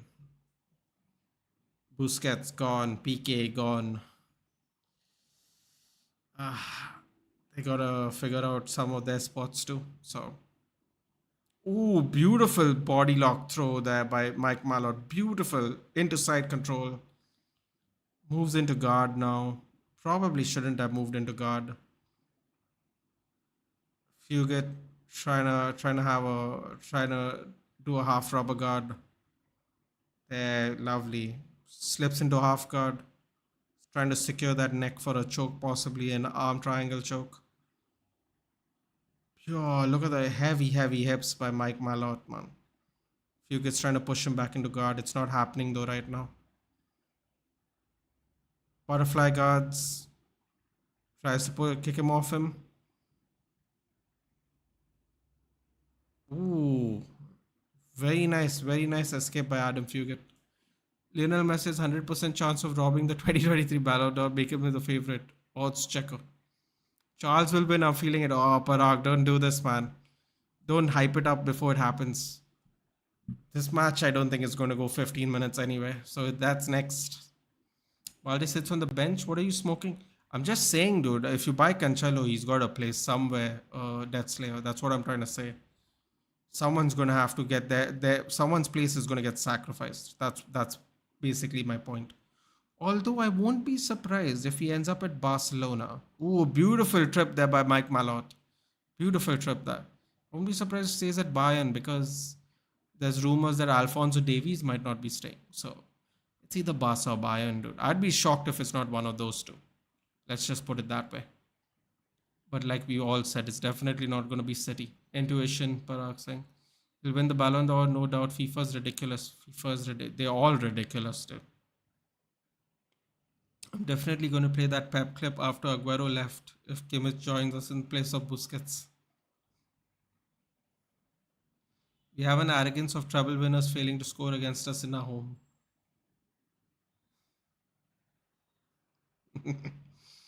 Swap is a Spurs fan, guys, in case you're wondering. Let's go. Deadsley is celebrating already. Which will be easily broken next season by City. I'm good, Darren. Good morning.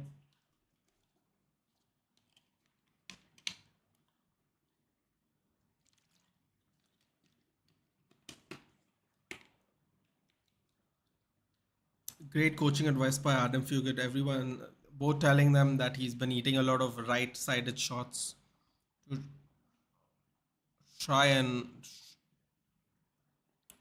avoid the step into the right side so you can avoid the space. But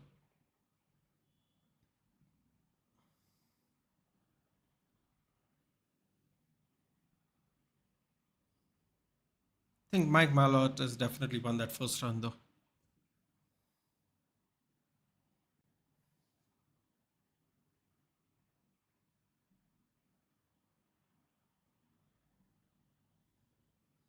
Are you following tough? I am, Parag. I am following tough. Conor McGregor's not gone off to a very good start, has he?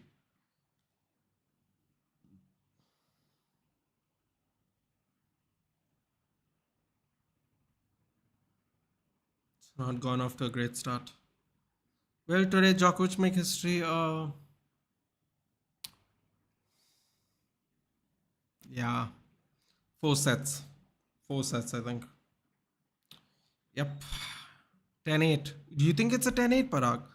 I mean, he did drop Fugitt. No, sorry, he did hurt Fugitt. It could be a 10-8 round. Could be a 10-8. He definitely won the first round, though. Oh, dropped him again. Oh, look at that latch on for the guillotine. Look at that latch on for the guillotine. Oh, it's over. And he maintains his under 6 minute average fight time in the UFC, dude. Whoa, he latched, he flew onto his neck, dude. Mike Malott, another winner for Canada, guys. I think Canada's had a great run today. I think they've won four. Malott, Barriault, Jasmine Justin Duvicius, Kyle Nelson. I think four Canadian fighters have definitely won today. At least four. Uh, that was crazy, man. The way he latched onto that guillotine. Shout out to Team Alpha Male, dude. One of the best guillotines they teach. Chad Mendes, Joseph Benavides, Jariah Faber. That's it. That's what they're saying. That's what they're saying. They're saying in the commentary right now what I just said. That's what you get, man, when you train a Team Alpha Male. That guillotine, dude. What a beautiful guillotine there. Look at that. He just latches on. And that angle, dude. It's a high angle guillotine. Eye elbow. Beautiful. Gets one hook in. Mounts him. Before he gets the latch on onto the mount, he's already locked in. Look. Gets into the mount before he can put the squeeze in further. Tap already. Airtight grip, dude. Vice grip. No space. No space at the mount like that. Very uncomfortable. I felt that in judo once. Hurts like hell. You're not supposed to do it in judo though, but I did feel it because of the positioning. Crazy, man. Under 6 minutes again. 10-1-1, dude. Record's looking good. He's gonna get a big fight, I think, in the next two. Pep Guardiola is first coach to ever win the European treble on multiple occasions, Barcelona and Man City. Yep, that's true. Bro, our UCL campaign was more hype than this treble. Thanks for the information. Never knew that. Djokovic ain't making any history. Interesting. Nadal fan. Judith. Body laser. Okay. I like Papa Murray. Oh, he's crap. You need to watch final day of the WTC. If we somehow win this, we'll break the record for most runs chased in a just match. Interesting.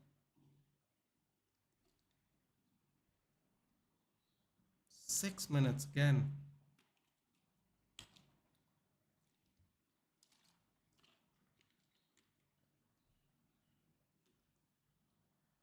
Crazy.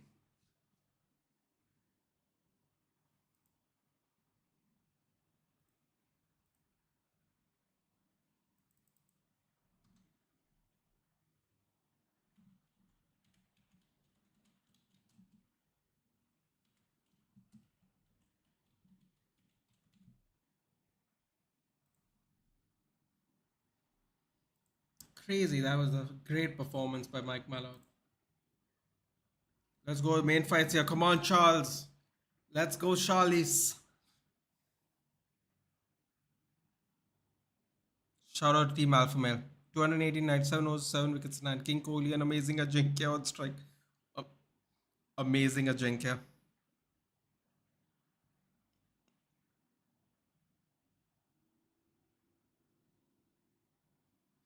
I told you he gets pissed whenever I name a better tennis player than Nadal, bro. He's the Harry Kane, dude, of tennis. That's all I'll say.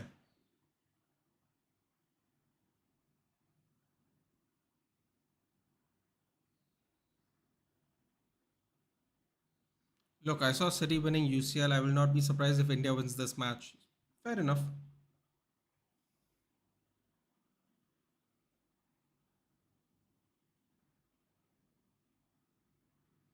Clean sweep for Canada.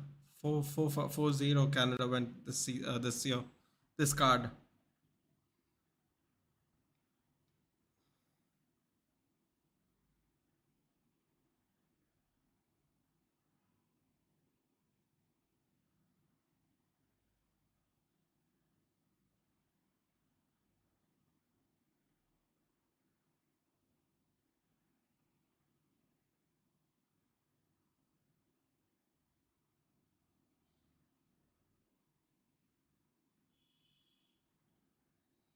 The Maple Leaf Militia. Oh my god, that's hilarious.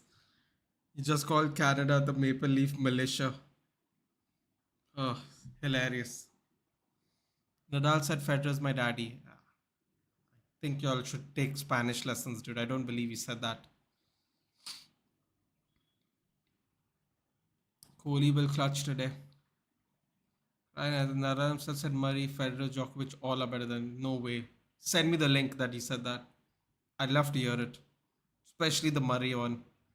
Love to hear it.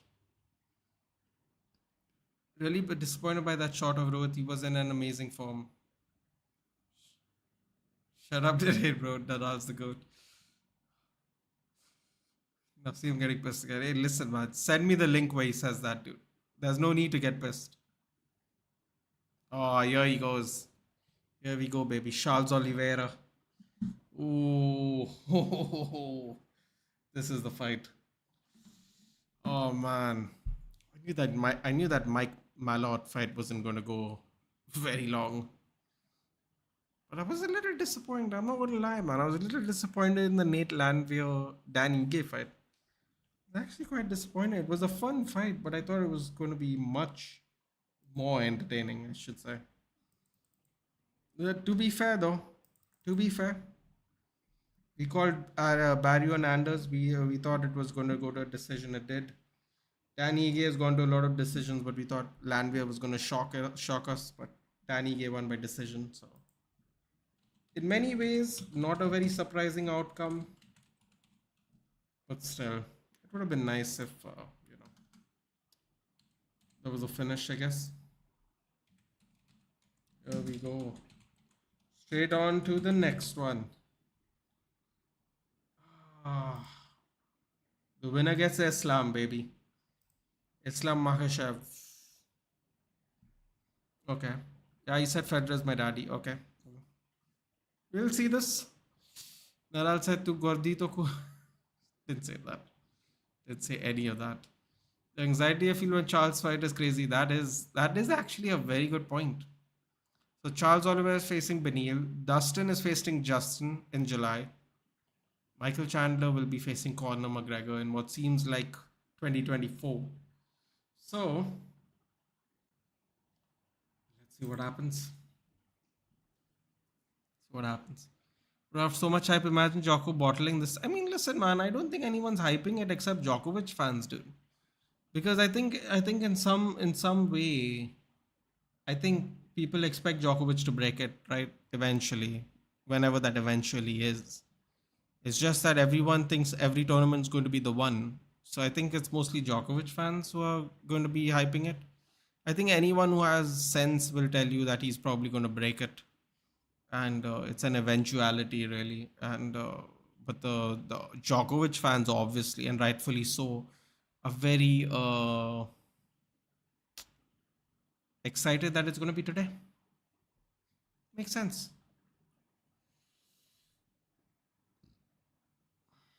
I was checking Ange's Yokohama Marinas stats against Pep City in preseason, ended in a draw, but Ange's team had more passes, more possession, kept most passes completed against Pep City. Listen, Swap, you should be a little excited. You got a good manager, dude. And you got a manager that can work on a budget. So if it works out, maybe City, maybe Spurs get Europa League. At least I think Europa League would be a good progression. But let's see. I know people will find that insulting, but I think it's reasonable to say if you get Europa, I think it would be upgrade.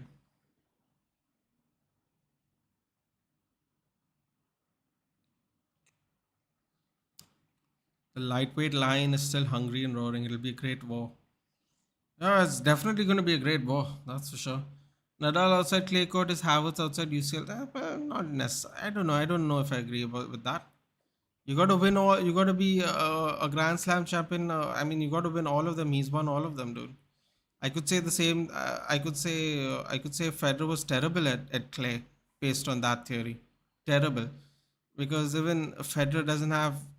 Even Nadal has won two of each, and Federer has not. But it's everyone's opinion, man. It is what it is. Oof. Beautiful spinning elbow by Beneil Dariush.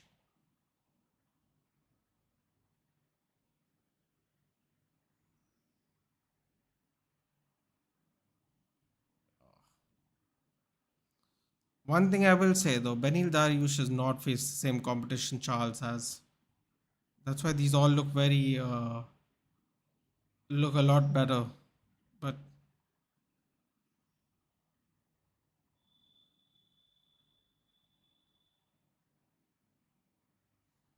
you see what happens. Match about to start. Said that a manager outclassed Pep in his own playstyle.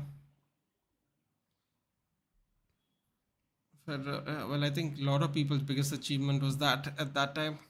Expect Havertz score seed. Okay, Club World Cup final. All right. Is Nadal married? If not, he better get married because Father Times. I think he's pretty much. I think he's definitely married. I think he has a kid even. He got some potential to be honest. Yep. I also agree with that. I think there is potential there. Djokovic leads the head-to-head fixture with 30 wins and Nadal's narrowly behind with 29 wins. Djokovic also has won in more final 50 than Nadal.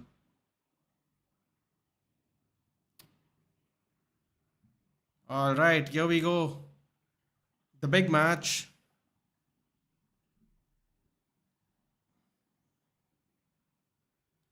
Very emotional Beneil Dariush coming out here.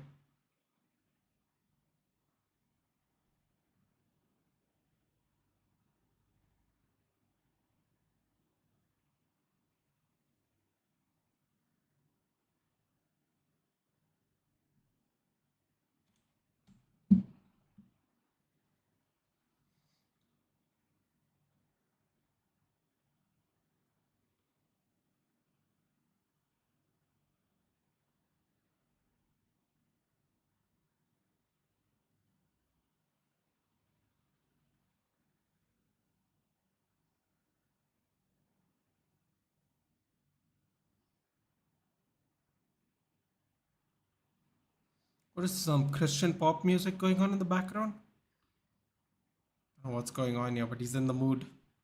When is ending, Jan? Neend aa rahi hai. Two more fights, but depends on how quickly the fights finish, really. It can be anywhere from an hour to half an hour.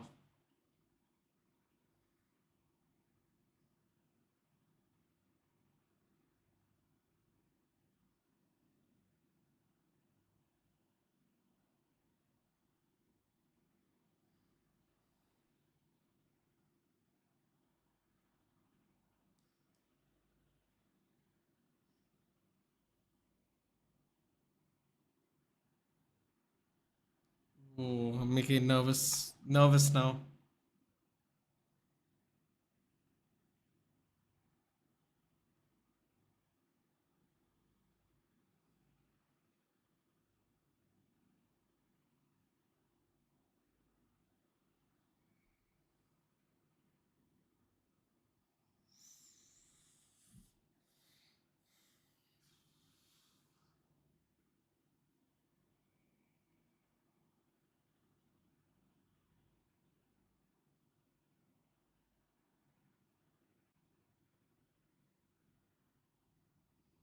Oh, what is this music, bro? Like, seriously. Has to be some kind of Christian rock thing, isn't it? Here we go. Charles coming off.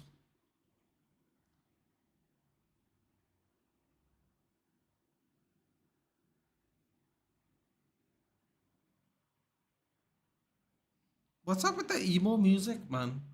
Seriously.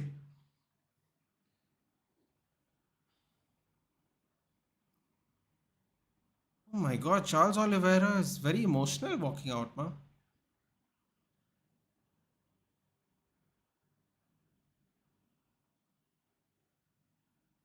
He's looking very emotional.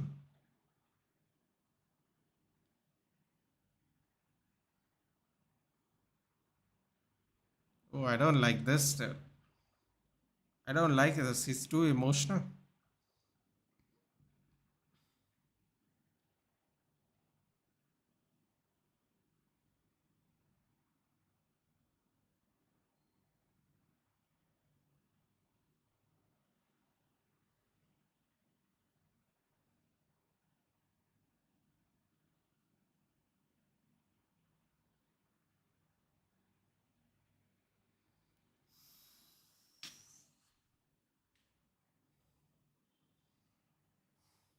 Parag, remember the Wikipedia entry finished by body triangle? I don't even think that's a submission, dude.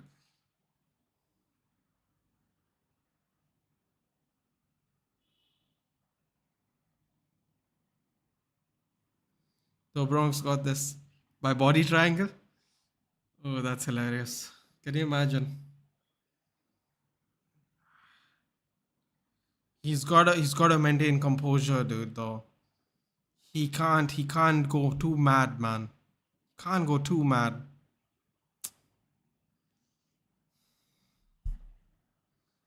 Yeah, hoping it's true. Look at the crowd, dude.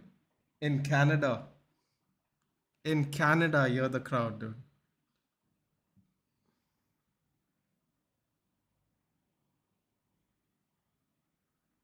Look at the respect shown by Charles Oliveira, man. Look at that.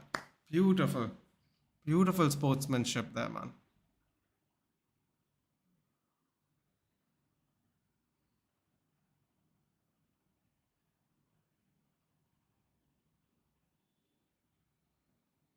Bro, look at the ovation he got in Canada. Mad, dude.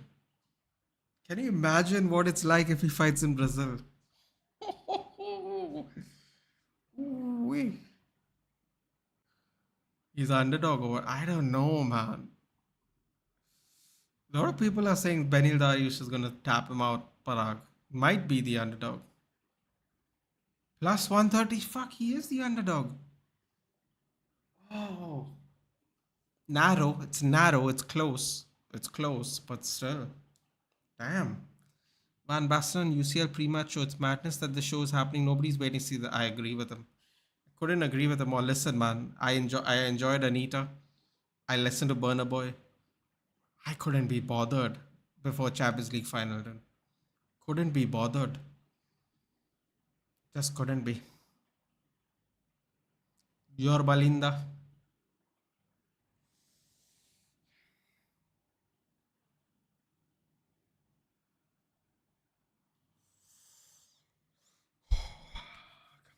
Come on, Charlies. Come on, Charles.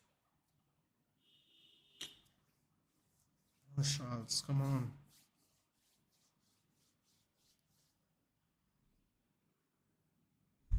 Giga Chikadze is there. His teammate from King's MMA. Bro, Charles Oliveira is making me worried, man. He's looking different today. Rest plays a very high-line football except goalkeepers. Rest players are playing at the opposition half. Play this is our current defense are definitely getting relegated. It's a good point. You have to bring in defenders. Yeah, you're gonna get Maguire, dude. Good luck.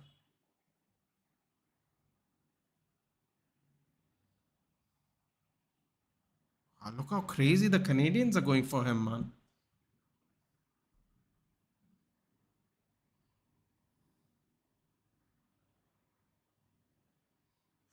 Look at that evasion. That's mad, dude.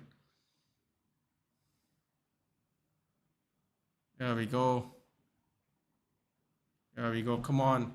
Come on, Charles. Let's go. First round's about to start. And it's off.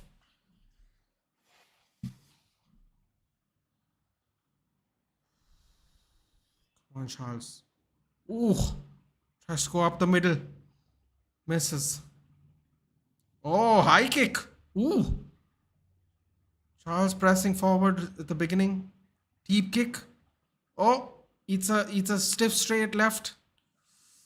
Oh, Charles, take it easy, bro. Take it easy. Relax, or you're gonna run into something, bro. Ah, this is making me worried. Body lock. Yeah, when it was our era, Chelsea United, we used to dominate English football. We were never this cocky. What's with City fans, bro? Well, considering that's a new fan base, they have to feel some of the downs before they understand what the highs were, dude. Let's just put it that way. Ooh, ooh, they onto the ground. Oh wow. Oh, this I don't like this at all. Oh, he's trying to sweep him. Charles is trying to sweep him. Half guard. Oh, I don't like this at all. Oh, we're in the guard now. I like this a lot better. Inter Miami fans used to be only be bullied in one language. Messi changed everything. Can you imagine if they go K Mira Messi? Can you imagine? People are gonna do that. Matu Langley, Emerson, Magu, Dyers, Davy in one team. We would be there no matter what. Langley, Emerson, dude. Emerson. Oh, Emerson.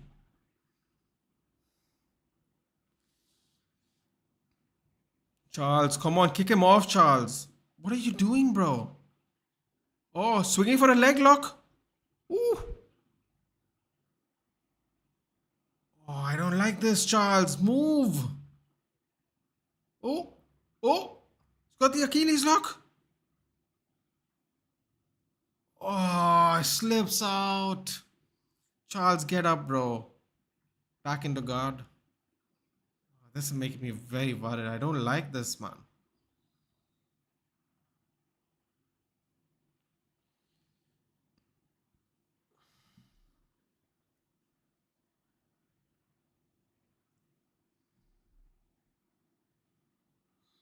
Ooh, lovely upkeep.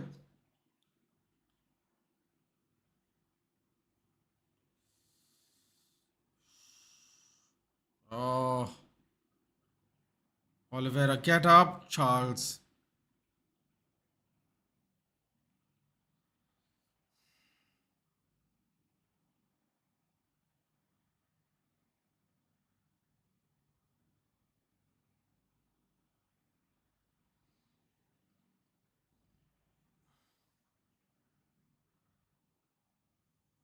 Oh, Charles, man, this is not good.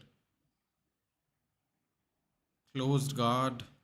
The body triangle, funny enough. Ooh, up kick. Up kick. Oh, he's back on the feet. Let's go, baby. Come on, Charles. Come on, Charles. You can still win this round. Be smart, buddy. Be smart. You only got 3 rounds. Come on. Come on. You fight and shoot the box, dude. You can get out of this plum. Come on. Oh my god, I just realized the old OG trainer of shoot the box. Ooh! Ooh! Oh, he's falling through. Oh, oh, he folded Beneil. Oh, Beneil. Beneil's wobbled. Oh, Beneil's spinning. Oh, Charles. Hammerfist. Oh, he's dazed. He's dazed. Charles Oliveira. Let's go, baby.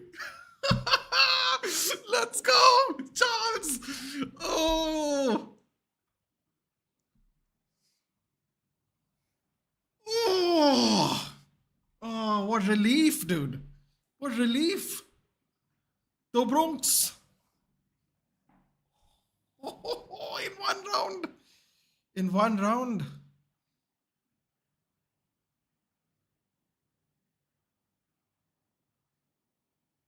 The old OG shooter box trainer against Anderson Franca, the new shooter box trainer.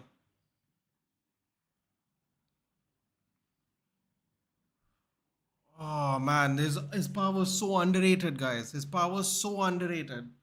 Anderson Franca, the current shooter box Curitiba coach, against the old OG shooter box coach, the one that created all the Pride legends: Vanderziri Silva, Anderson Silva, Mauricio Shogun Rua, Murilo Ninja Rua, Murilo Bustamante. Oh my God, Jose Pele Landy Johns. These are the teams. These are the team. This is the team he was in charge of in Pride. This is the team he was in charge of. Still 20 years later doing it with Beneil Dariush, Giga Chikadze, Rafael dos Anjos. Crazy. Look at the crowd. Look at the crowd, dude.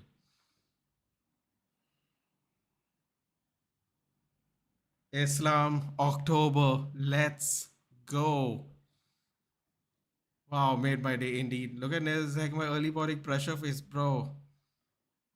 Listen, man.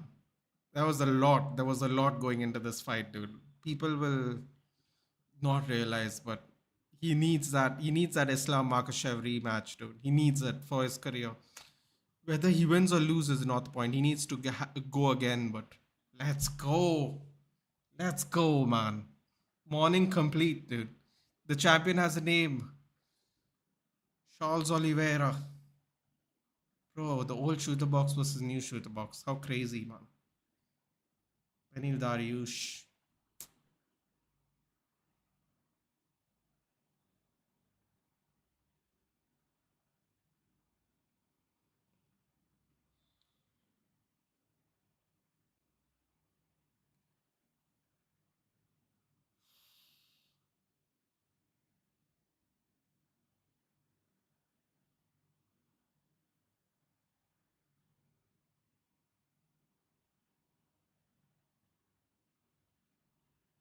I really wish Charles could speak English.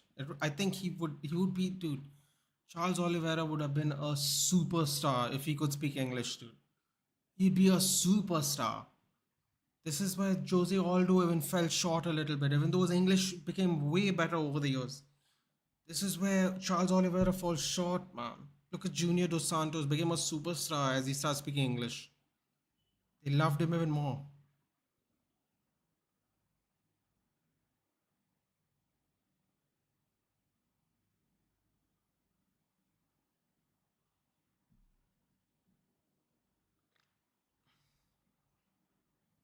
Saying let's go, dude.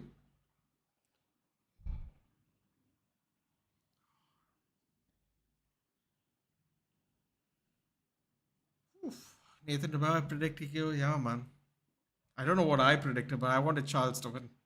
Did we both predict TKO, dude? Oh, I predicted second round, right? Predicted second round.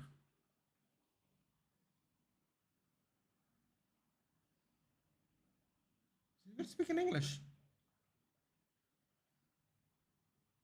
Oh, wow, he's speaking English.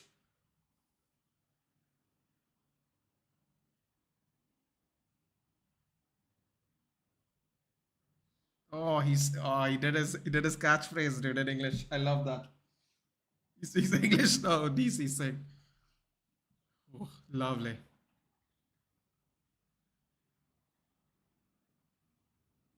Most finishes. He's one behind Mirko Krokop. UFC, WEC, Pride, Strike Force history. Mad, dude. Mirko Krokop retired years ago, dude. He still had the record.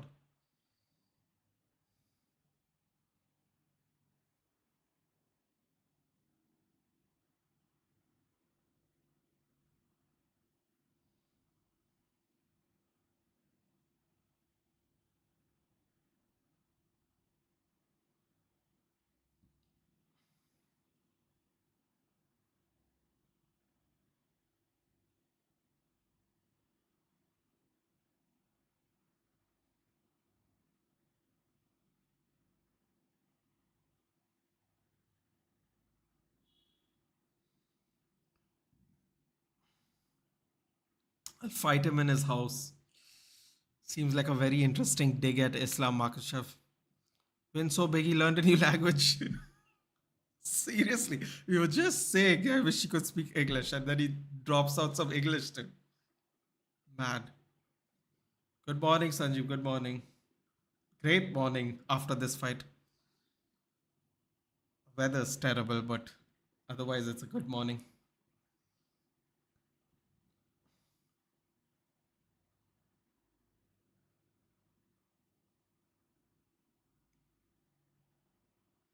Elon Musk, don't get comfortable. We're $1 billion worth away, but we're coming for you. I get what you're saying, dude. Oh, that's hilarious. Underdog. Aha.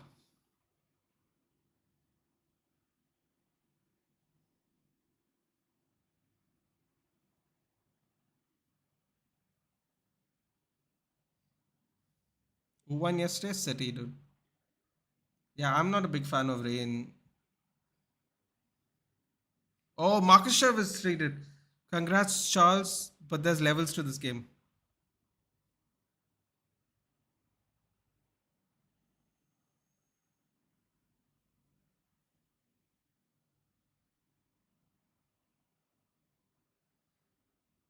Dude, I'm telling you, if he speaks English, he is going to blow up. He's going to blow up, dude. Look at him, dude. He's in tears. He must feel such relief, dude, because of that last performance. Must be feeling so relieved from that last performance. Oh, it's mad how loud it is here.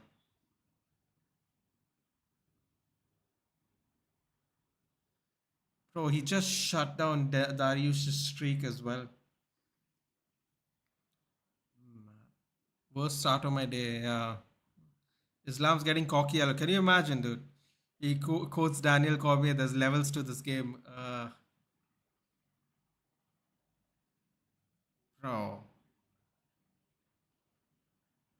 that's mad.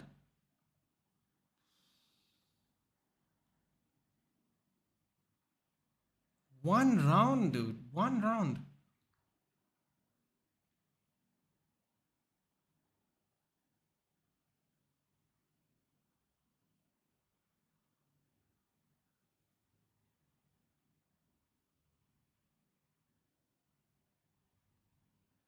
Look at that, dude. Charles Oliveira there. One behind Sironi Arlovski. It's going to be all-time wins too, dude. These all-time wins, all-time finishes. This is mad, dude. 20 finishes, 22 wins in the UFC. That's mad, man.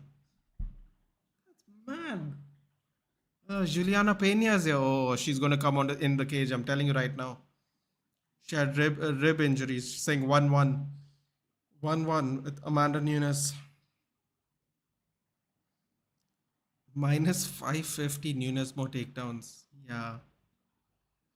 Minus 550. Wow. Interesting. Minus 700 over 3.5 minutes. Very interesting. Very interesting odds. Where to watch the fight, Nathan? Oh, Sony Sports 10 live HD, dude.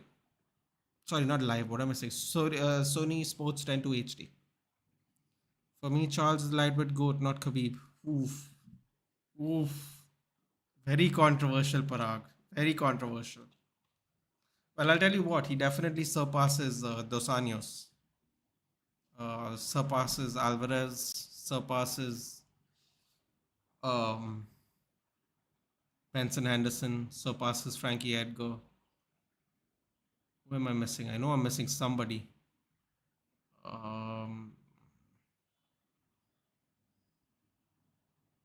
Surpasses Anthony Pettis. The only people like he might not surpass is Khabib at the moment and maybe BJ Penn. He's easily the second best lightweight ever, depending on how you think about BJ Penn. Yeah, yeah.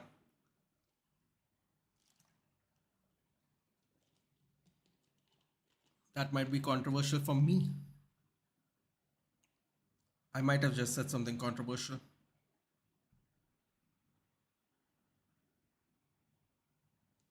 Alexa Grasso, hace 2 años tomamos esta foto después de ganar nuestros primeros cinturones. Nos prometimos ser las mejores, presionarnos una a otra y motivarnos todos los días para lograr repetir esta foto con los cinturones de UFC. Hoy es tu día, Irene. Deja todo como cada día lo hiciste. I think basically it said 10 years ago we had 2 belts, and 10 years later we're going to get 2 belts in the UFC. I think she said something like the motivation we had on those days is reaping the benefits now. I think that's what it said. Picture of their first belts together, I believe. They said nuestros primeros cinturones, which is, I think, our first belts. Guadalajara, Jalisco, Mexico.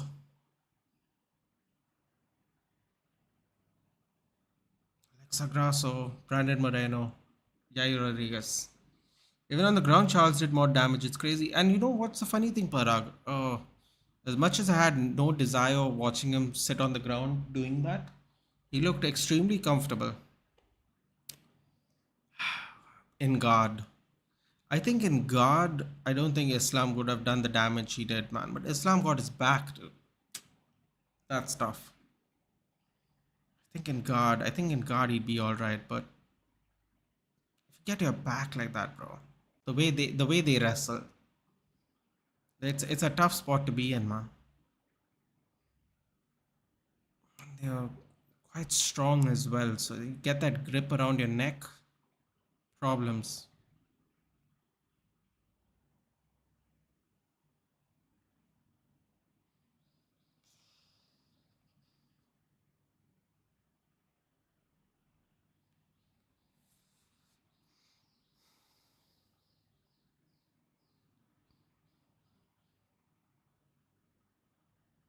I don't know about Amanda Nunes having a separate gym, dude. I don't know how I feel about this. They didn't talk about the rematch with Islam, did they? Uh, Charles did. Islam did. We're gonna have to watch the post-fight presser, dude. Dana's there. Let's see what Dana is gonna say, dude. You gotta go on YouTube, watch the post-fight presser. I always do it especially for the pay-per-view cards because Dana White is normally the first person there. Dana White might give us a scoop. I'd be very surprised, man, if Dana doesn't give him because the only person I think that would get put over is the winner of Dustin and Justin. But if I'm being honest with you, I think Dustin and Justin ends the same way it ended with Khabib because their styles aren't necessarily different. It's just the fighter they face is different. So uh, he's not Khabib, but you could argue he's a little more well-rounded than Khabib, especially when it comes to striking. Um, but the wrestling game is basically the same. I think Khabib was more dominant control-wise, top game-wise. But the style is the same. Take him down, avoid damage, try to get the tap. And Dustin and Justin are going to fight the same way. I guess Justin ain't dropping for takedowns, so let's just be real about it. Justin has no interest in doing takedowns. Like even Michael, like I know he did one against Michael Chandler, but still, he has no interest in doing it. Which basically means the match is kind of going to go the same way. So I think it's going to be a Charles rematch. And I think if Chandler loses to Connor and Justin wins, maybe. I think it'll be Justin versus Connor next, maybe. I don't know, man. Depends on the timeline, though. Depends on when Connor actually has a fight, really. Because Justin said if he loses, he's making one more run to the belt. If he loses, Justin might retire after the Dustin Poirier fight, which means it'll be Dariush, Chandler, and Poirier. And if Connor beats Chandler, then he'll get his fifth spot or fourth spot or whatever the spot is. ESPN will now be renamed BSPN. Correction, City 1-3-1 against Yokohama. If Marino rests, all stats are correct.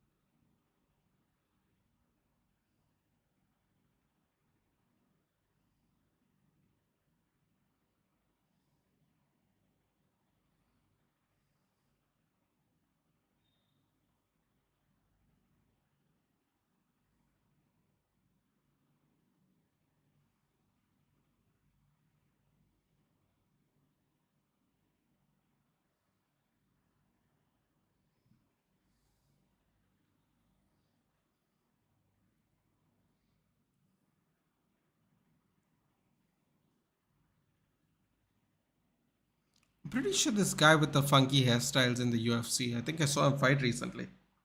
He's a Brazilian kid who trains in Mexico.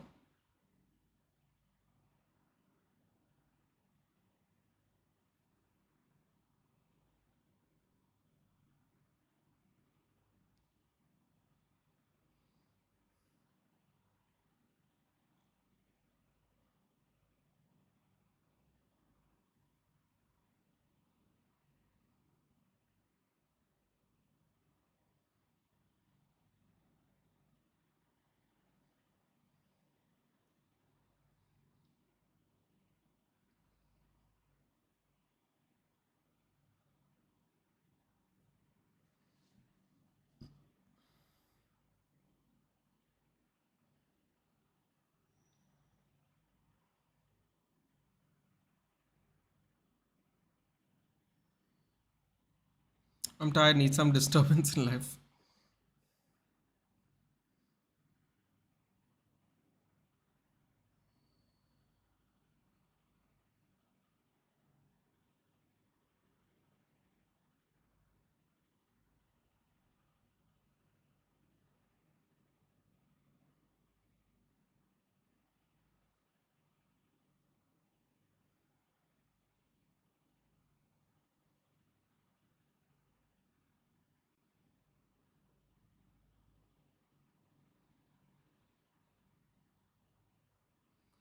Come here, Mumbai. Abhi.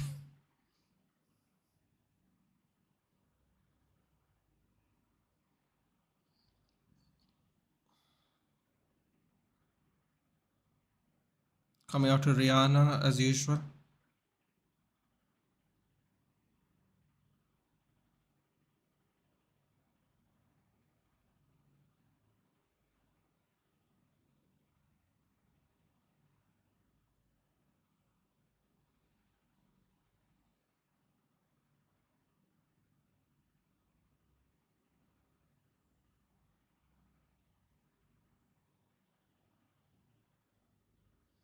Coming into a usual walking out song.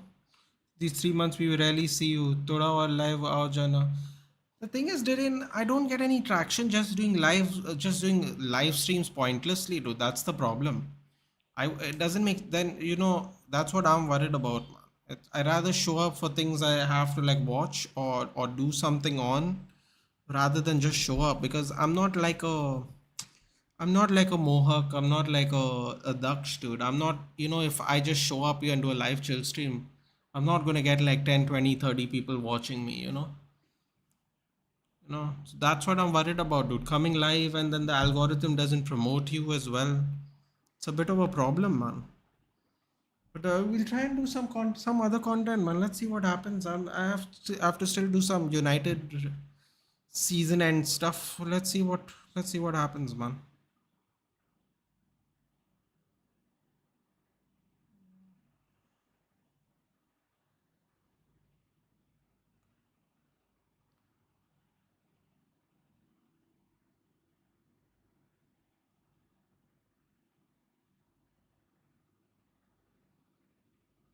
My God, who's her training partner? She's a pretty girl there, man. Mad things, dude. Look how pretty that chick is. I'm not talking about her wife, who's also a fighter. I'm talking about that lady there in the background. Pretty. I mean, come live for tennis or basketball, yeah, man. That's a good point. Think next up we are gonna come live for maybe the international friendlies. Gonna watch England play football. That's always fun, I guess.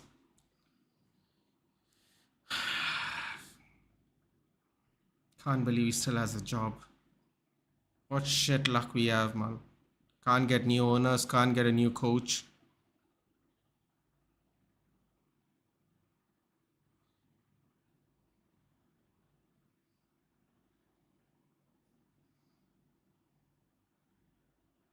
Man, look how the crowd goes. Dude, I can't imagine how the stadium must be, man.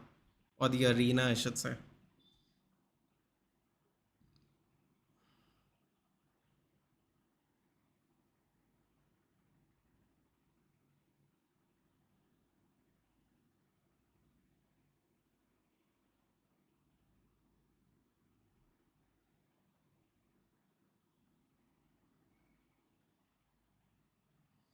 Can you imagine, dude? She's won so many matches that she has to fight the fifth ranked person to get a fresh matchup.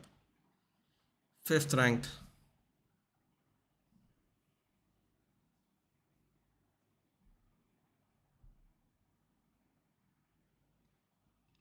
Blood, but you can't blame him for Harry missing a pen in the World Cup quarterfinal. We played outside.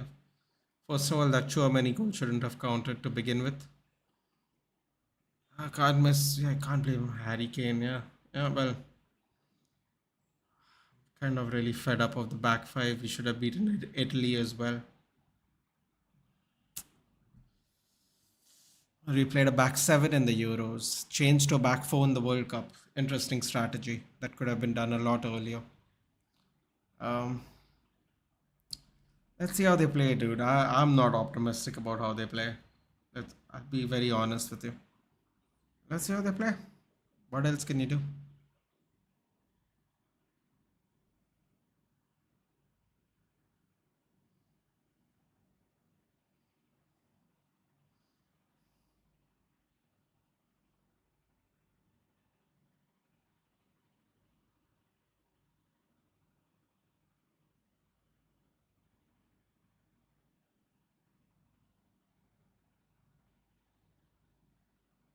Oh, look at that intro.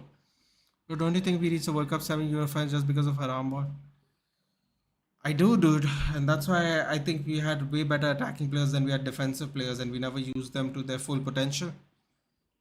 And while the strategy seemingly worked when it mattered the most, it did not. Uh, Italy played more haram ball.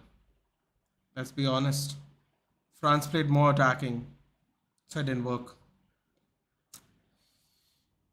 You know,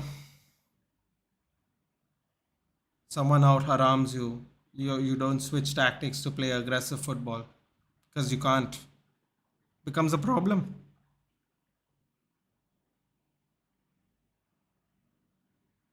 Becomes a big problem actually. Oof.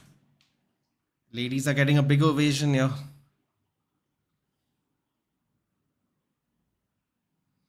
I don't care about this man when I'm just relaxed, Charles. On yeah, I was just gonna say that, but I was just gonna ask you, how do you feel? I'm feeling really relaxed now. I know I said Aldana's gonna win, but don't really care, if I'm being honest. Let's play a fun game, Parag. Chances of Nunes retiring if she wins. What do you think? Only mistake Garrett did was not attacking Croatia after the Trippier goal. Exactly my point, dude. If you do haram ball and you don't switch tactics, you're gonna get screwed. That's what happened. And that was when we were in the lead and we lost to Croatia. So, yeah. Here we go. Let's do this.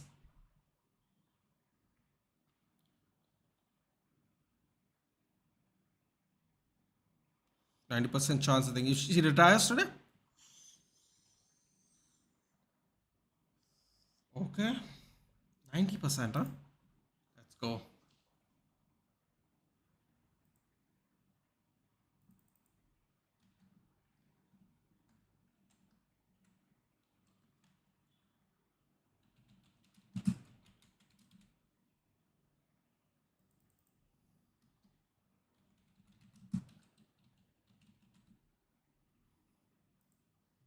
Maybe she'll give Penny another chance to retire, though. She going to even defend that 145-pound title, or she just going to walk around with it everywhere?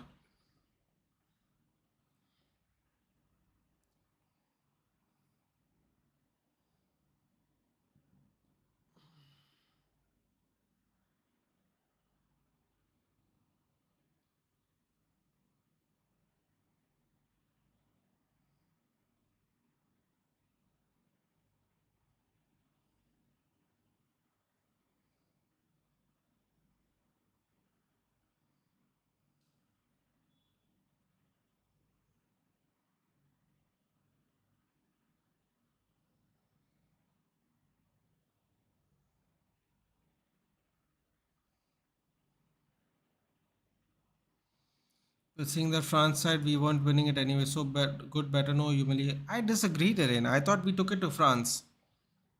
I thought we took it to France. And I feel if we made better decisions as to who we pick in our teams, we'd have the options. Dude, he brought in Rashford at 70 minutes. Dude. Like, bad decisions were made, dude. Bad decisions were made. Harry Kane misses the penalty. I thought it was a very winnable match. France looked very unbeatable until they played us.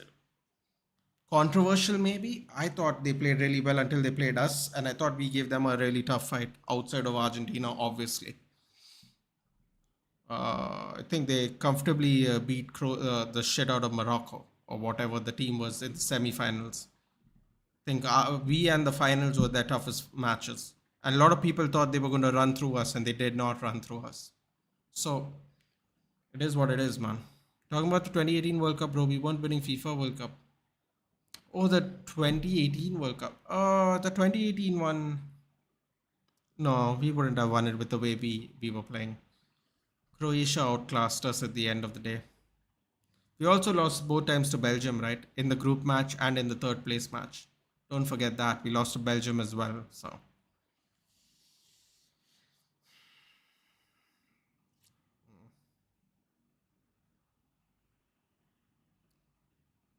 2018 World Cup was a disappointment. Ooh. Amanda Nunes. I'll tell you what, man. Aldana's missing a lot of these shots. Very tight guard. Look at that tight guard, dude. Very nice. I like this. Just a lot of bobbing going on.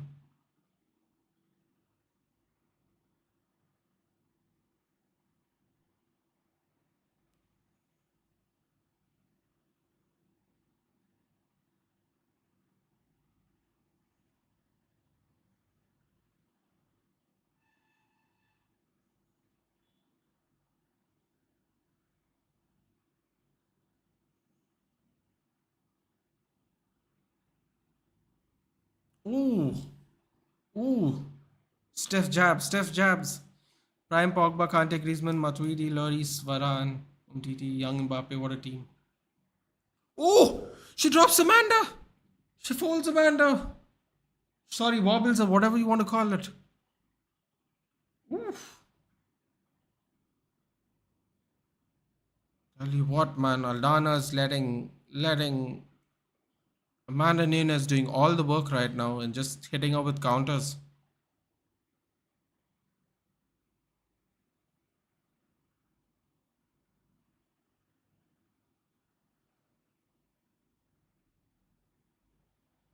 Oh, I tell you what, Aldana's playing a very smart first round. Very smart.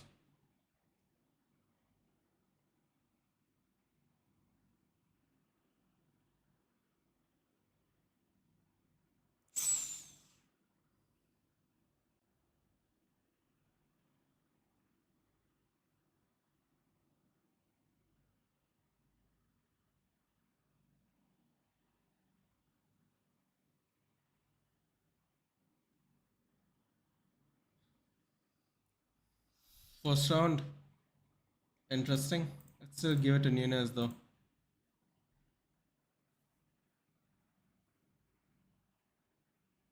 Shit. Definitely got her with a shot though. No doubt. She's waiting for Nunes to slow down, right? It seems that way, Parag, and it seems like it's working. Because Nunes isn't throwing as much either. And Nunes is very much a front runner. It's a beautiful shot. I just realized that Aldana has the Mexican flag painted on her nails, fingernails. That was a clean shot. Look at that right, man. Steps in, overcommits, turns in, short left, a right hook, shovel hook. Nice shovel hook. It did land that clean, DC. What the hell are you watching? You're right there, buddy. DC saying I didn't realize it landed that clean. Like she folded over because she's doing a dance move.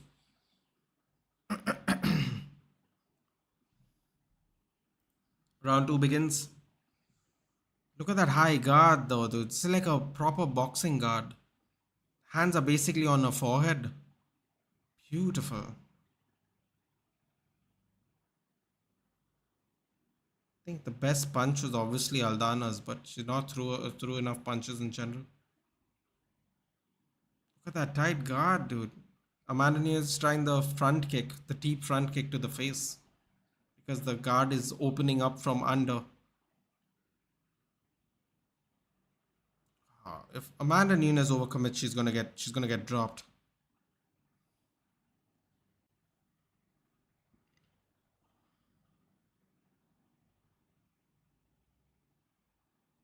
Ooh, fakes a single leg, goes up high with the punch, misses it. Definitely try faking this shot now. Ooh, lovely low kick by Aldana. Went behind a jab, obviously. The jab being one of the best weapons Aldana has.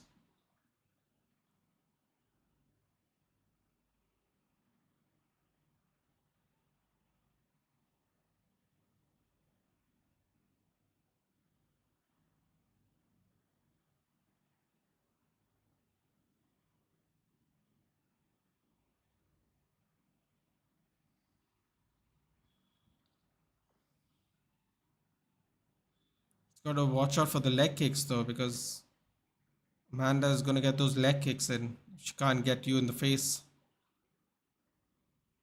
Ooh, step in oblique kick attempt by Amanda. Try to stop that mobility by Aldana. Trying to aim for those knee joints. Ooh, fake shot. Ooh, she doesn't even make the shot there. She just jumps up and punches. Very interesting. Gets Aldana off balance as well, but she pulls the leg back. She's definitely trying those oblique kicks to the knee.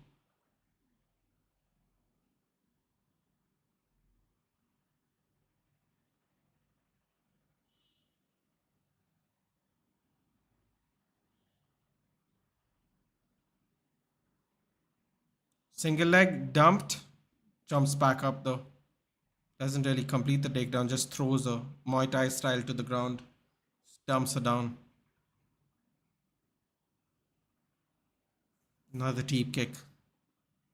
Sorry, oblique kick to the knee. Oh, you know what? Aldana's gonna have to get more than one punch too.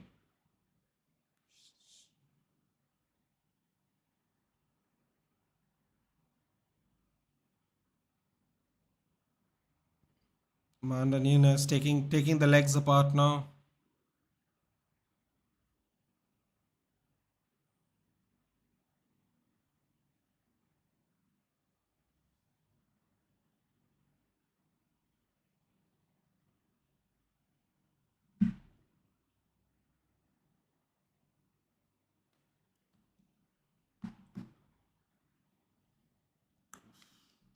It's gonna be a long night for Aldana if she's gonna fight like this.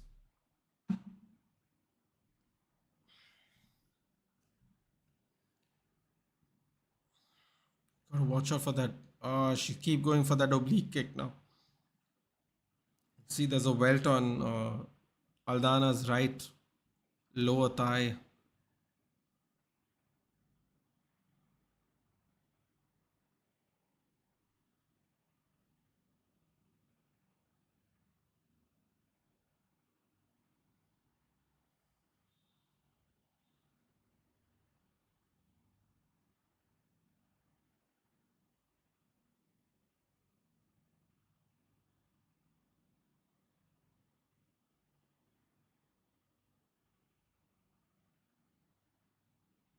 Aldana's got to be more offensive, man. I think Nunes is taking 2 rounds now. This is not good. Oh, oh no, falls right into a takedown.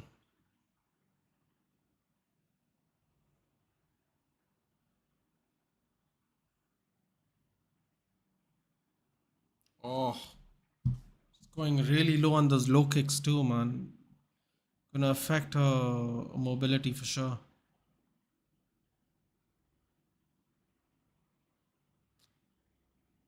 Gonna be a problem.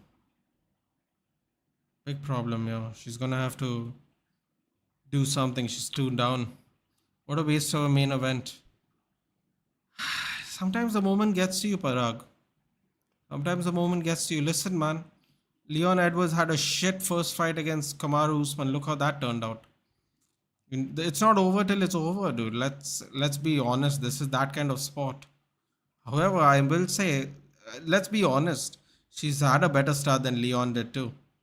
But she's got to pick it up, man.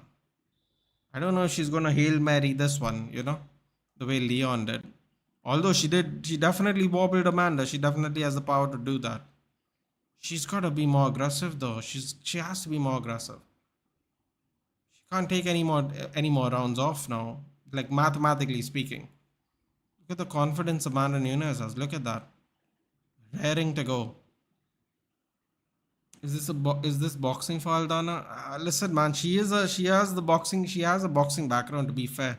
And the guard's looking very impressive. The problem is it ain't boxing because he's just going for teep kicks and oblique kicks.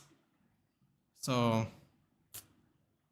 she has the choice of fighting in the pocket, which not a lot of people have any desire of doing against Amanda Nunes, or she's just going to get eaten up on the outside and have a very lackluster performance. She's going to have to step in and hit combos. She's not going to have a choice because by stepping in, you nullify the leg kick or the power or the range of the leg kick. Then you're in danger of the hands, dude. This point of time, I take danger with the hands because if she writes off any more rounds, she's going to lose.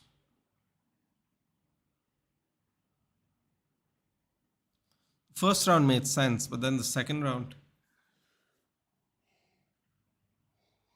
you're just kind of riding the clock a little bit at a deficit.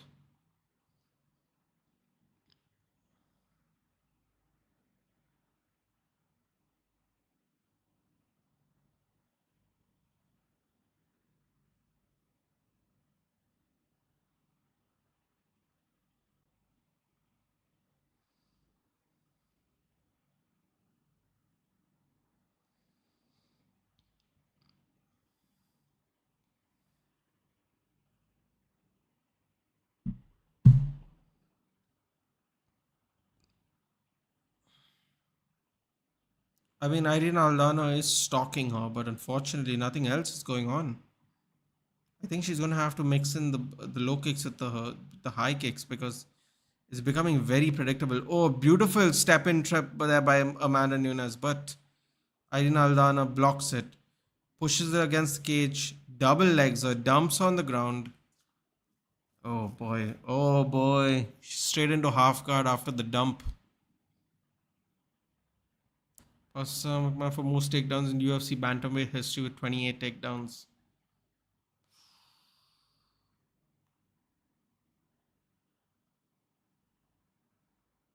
Oh boy, she's getting smothered on the ground.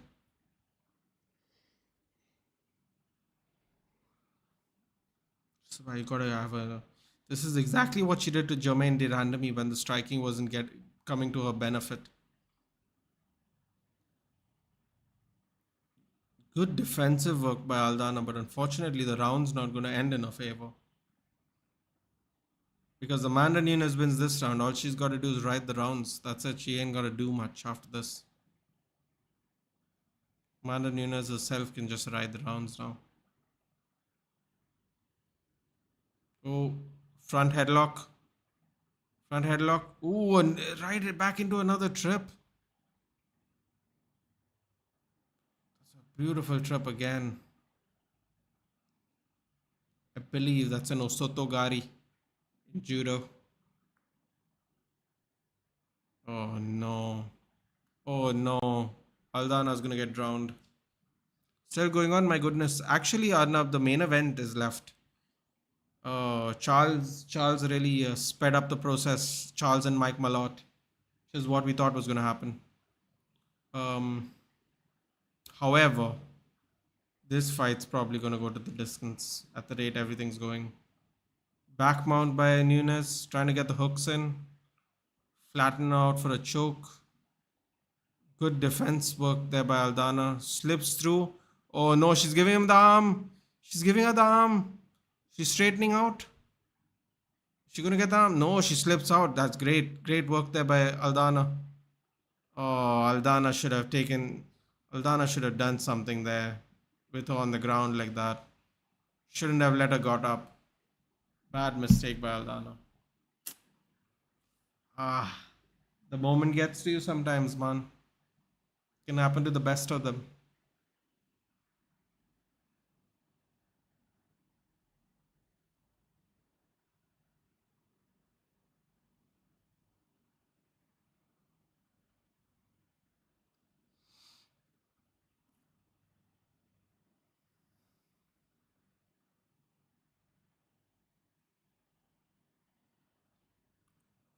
This is Nunes' fight to lose now. If Nunes does something stupid, she will lose this fight.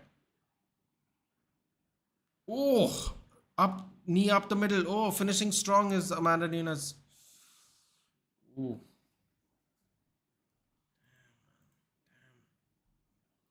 3 rounds up. I think 3 rounds up. Championship rounds begin.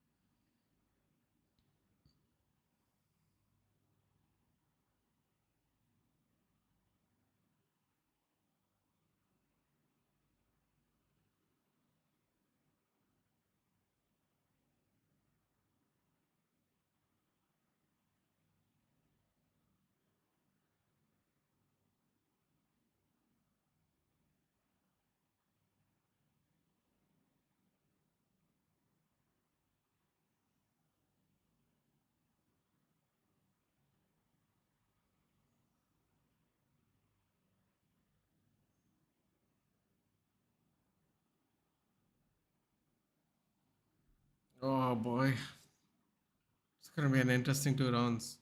Can Aldana turn it around? Can she shock the world? As it stands right now, I think Amanda Nunes is 1-3 out of 3. So this can't go to a decision, basically, is what I'm saying. Straight left into a low kick. Combo by Aldana.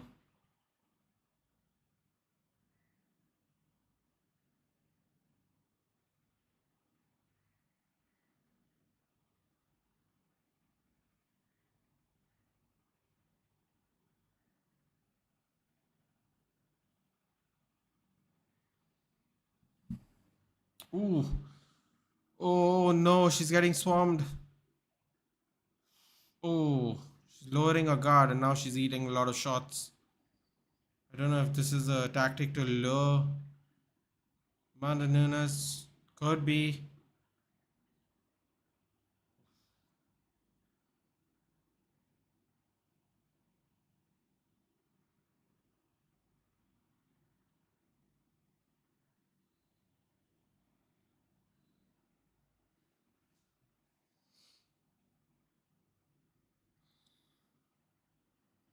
Oh, Amanda Nunes drops for the takedown, gets shoved off by Aldana. Aldana busted up her nose.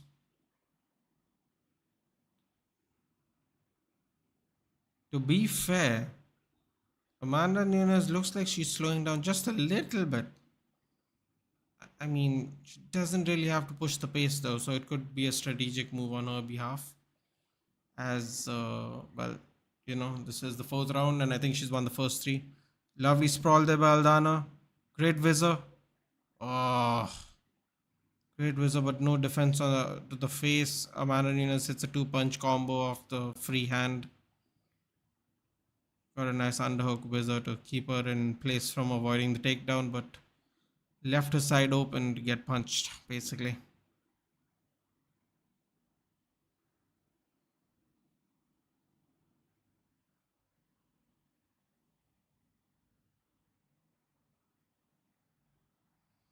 Another dive. Beautiful Uchimata over there. Beautiful. Faked into a double leg, converts it into somewhat of like an Uchimata trip. The judo jiu-jitsu background's working, is doing wonders today. Ooh, she was gonna try. Ooh, again. Again with the Uchimata attempt.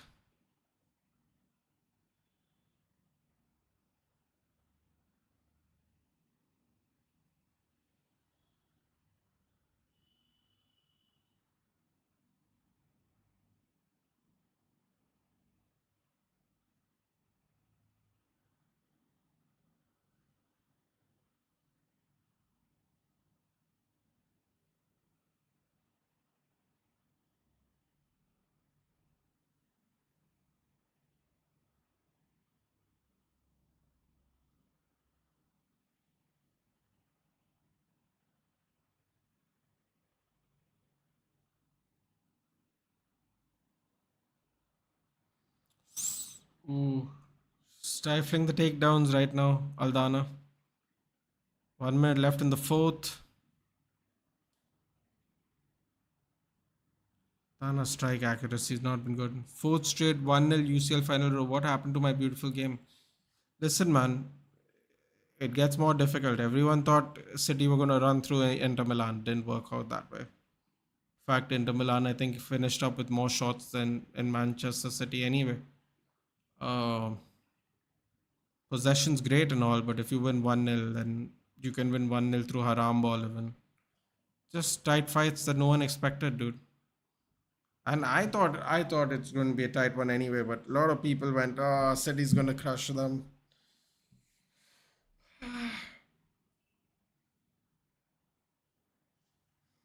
I guess I guess they crushed them if you go by possession. What was it like 61-39 or whatever? Excuse me. Final round incoming. Ooh, spinning back fist attempt missed.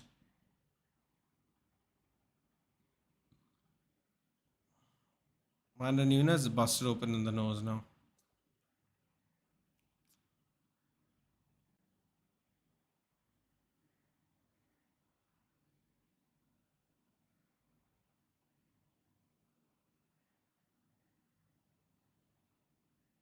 I think she's won four, man. Significant strikes 131 to 35. Absolute shutout, isn't it? Shutout here. She's got a finisher, man.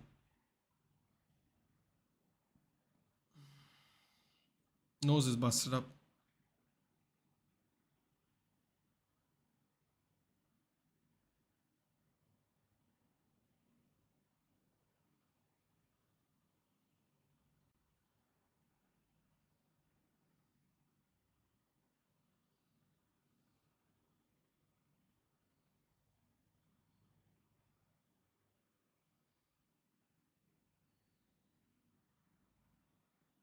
Dude, this Vancouver crowd has been great, man.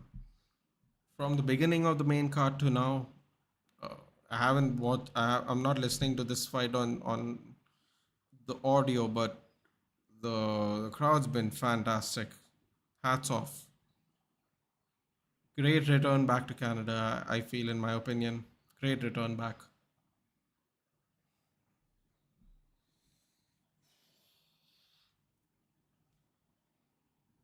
Amanda Nunes trying to seal the round off with some takedowns now. Basically, she just wants to, be safe. Maybe work a submission in, but I don't think she wants to stand up and take any more damage. Really, doesn't make sense really to do that anyway.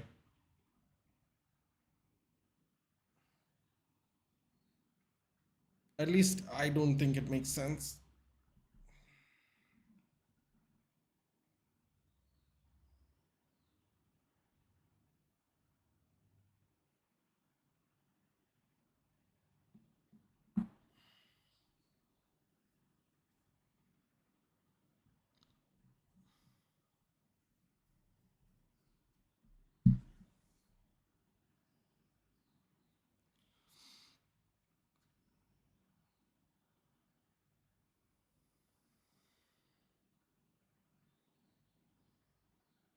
Aldana's doing well to not absorb a lot of damage here. Has a neck pinned against the cage.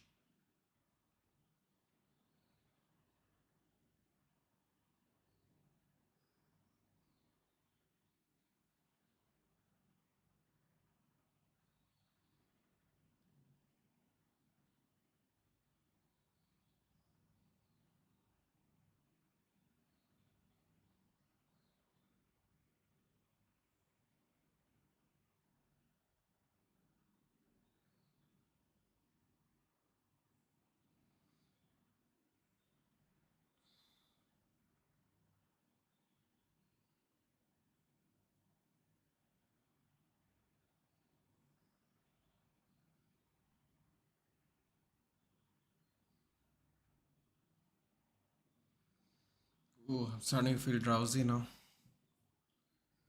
Half round left, and then I can go get us some additional sleep, I suppose. Give me a second, guys. I'm just checking the streams.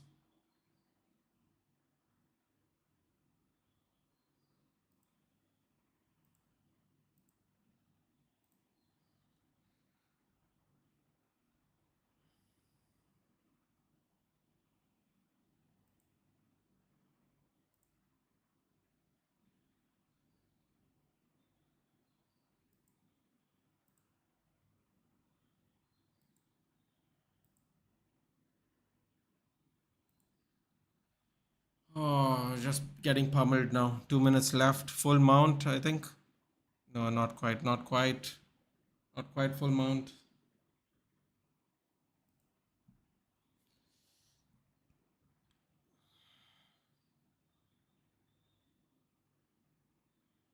Oh no, it's full mount now. Oh no.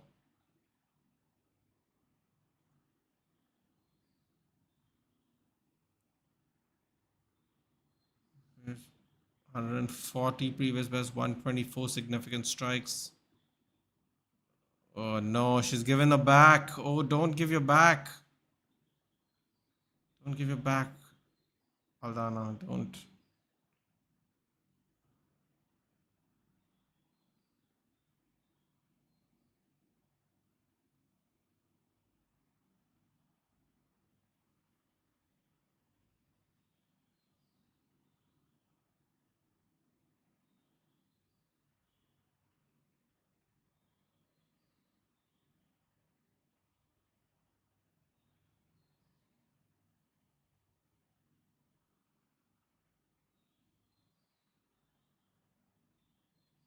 Oh, she's tightening an arm triangle choke. She's trying to get an arm triangle choke. Great defense there. Oh no.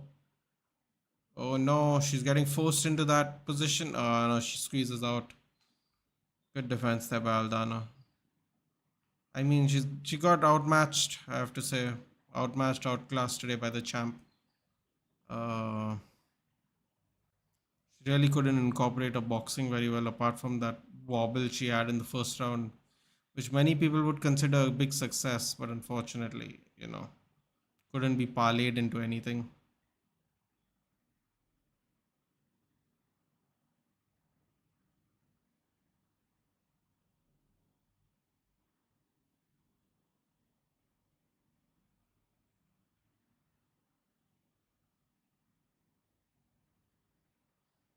I think she goes embraces John Anik, Dana White.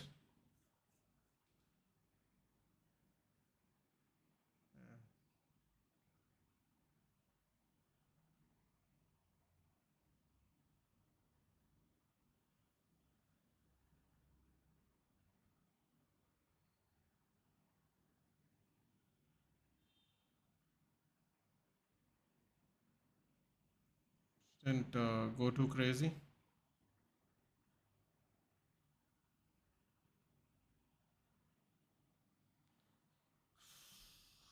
5-0, 50-45.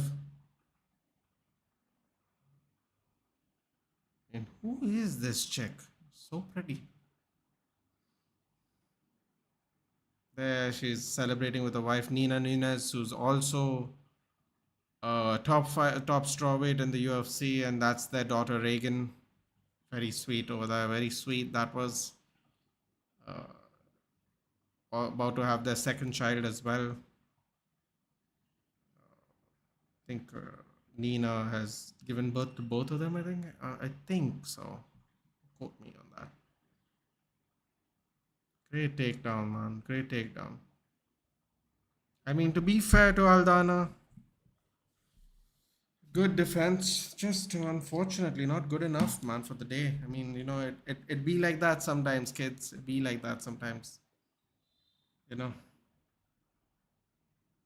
can't win them all. Sometimes you can't win. You can't win the only chance you get to. Sports very brutal that way.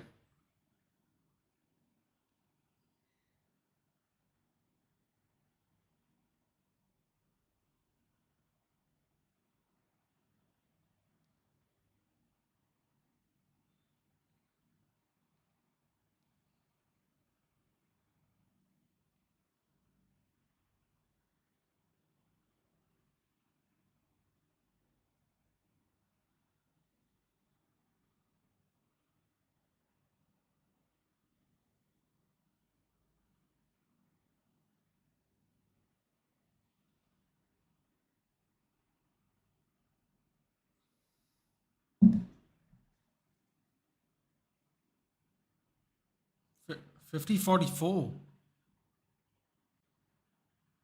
50-43.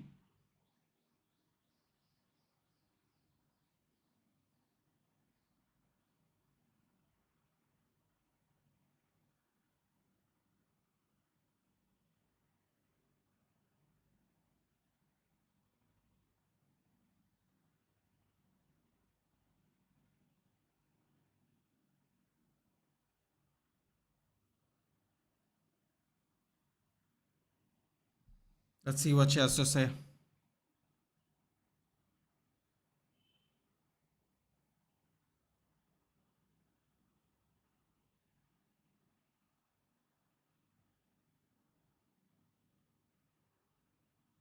Oh, she's retiring. Oh wow, she's retiring.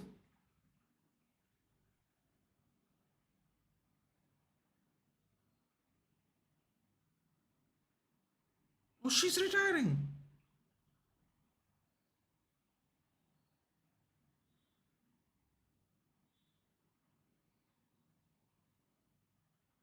She's retiring.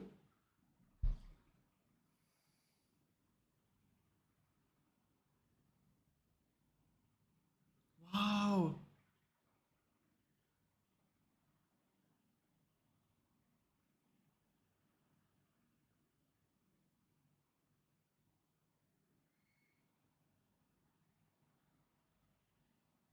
That's beautiful.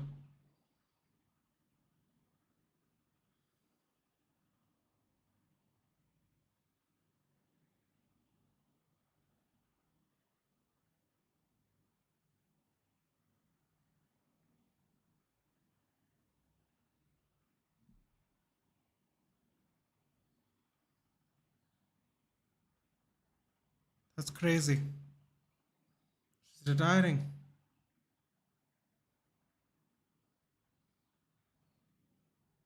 Oh, she's in. That's beautiful. Damn, man. Even I thought she's gonna retire today. She's very emotional though, but she's very happy as well. So that's great.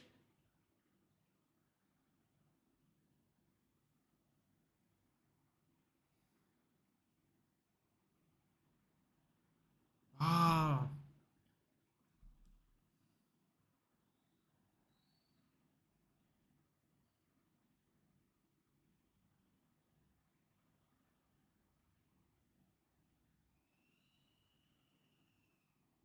Oh, that's sweet, man. Her mom's told her to retire.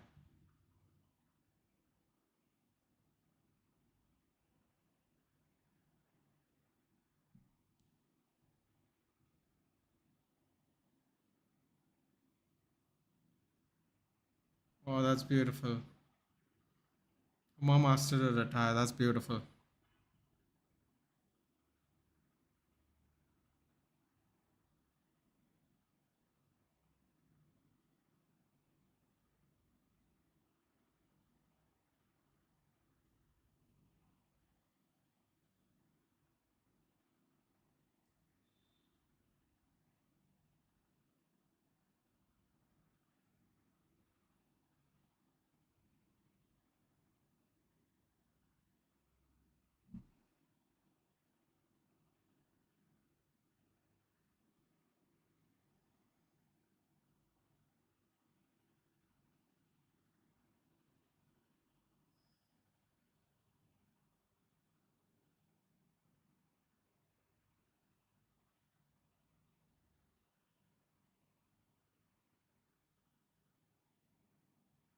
Oh,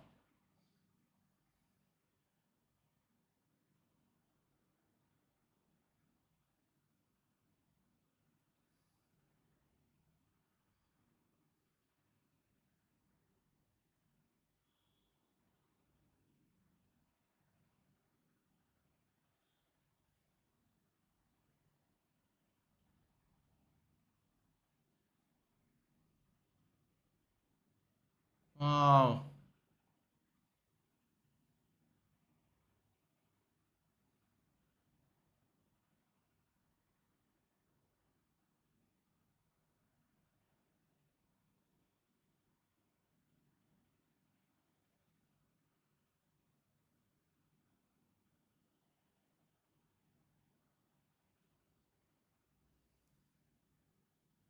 Wow, that lady is a seven-time world championship jiu-jitsu. She can wrap me up any day she wants. Jesus. Seven times. ESPN is yes, they posted Rodriguez gave a PLCDM of all time. They did add a question mark, but still. There we go, dude. There, it's off the rails now. The city agenda is going to begin.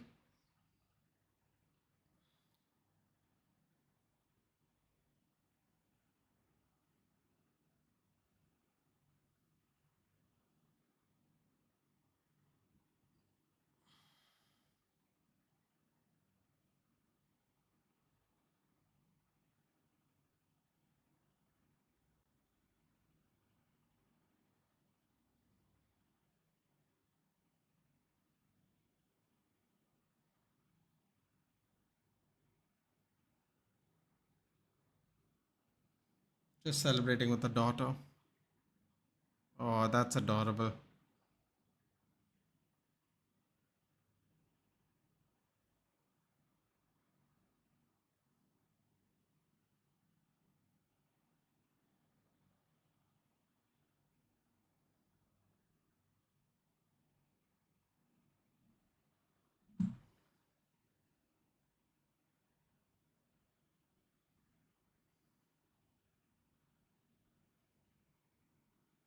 All right, guys.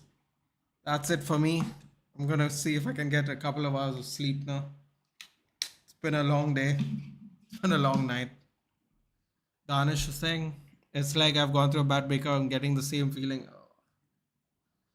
We'll get through it, dude. We'll get through it. It's just a rough day today. It's just a couple of hours in. Just a couple of hours in. Oh wow, she's celebrating in the ring with beer. God,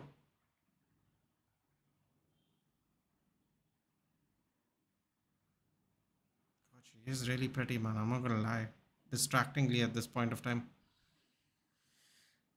Seven-time jiu-jitsu champion. Jesus.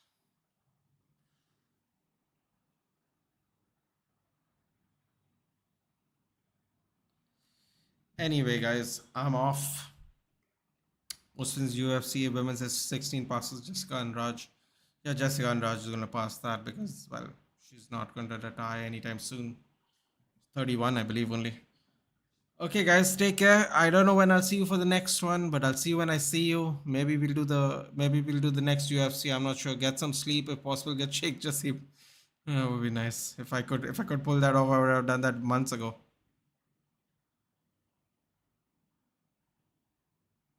Oh, she's now dumping beer on her head. All right, all right. It's getting crazy now. This retirement party is getting crazy.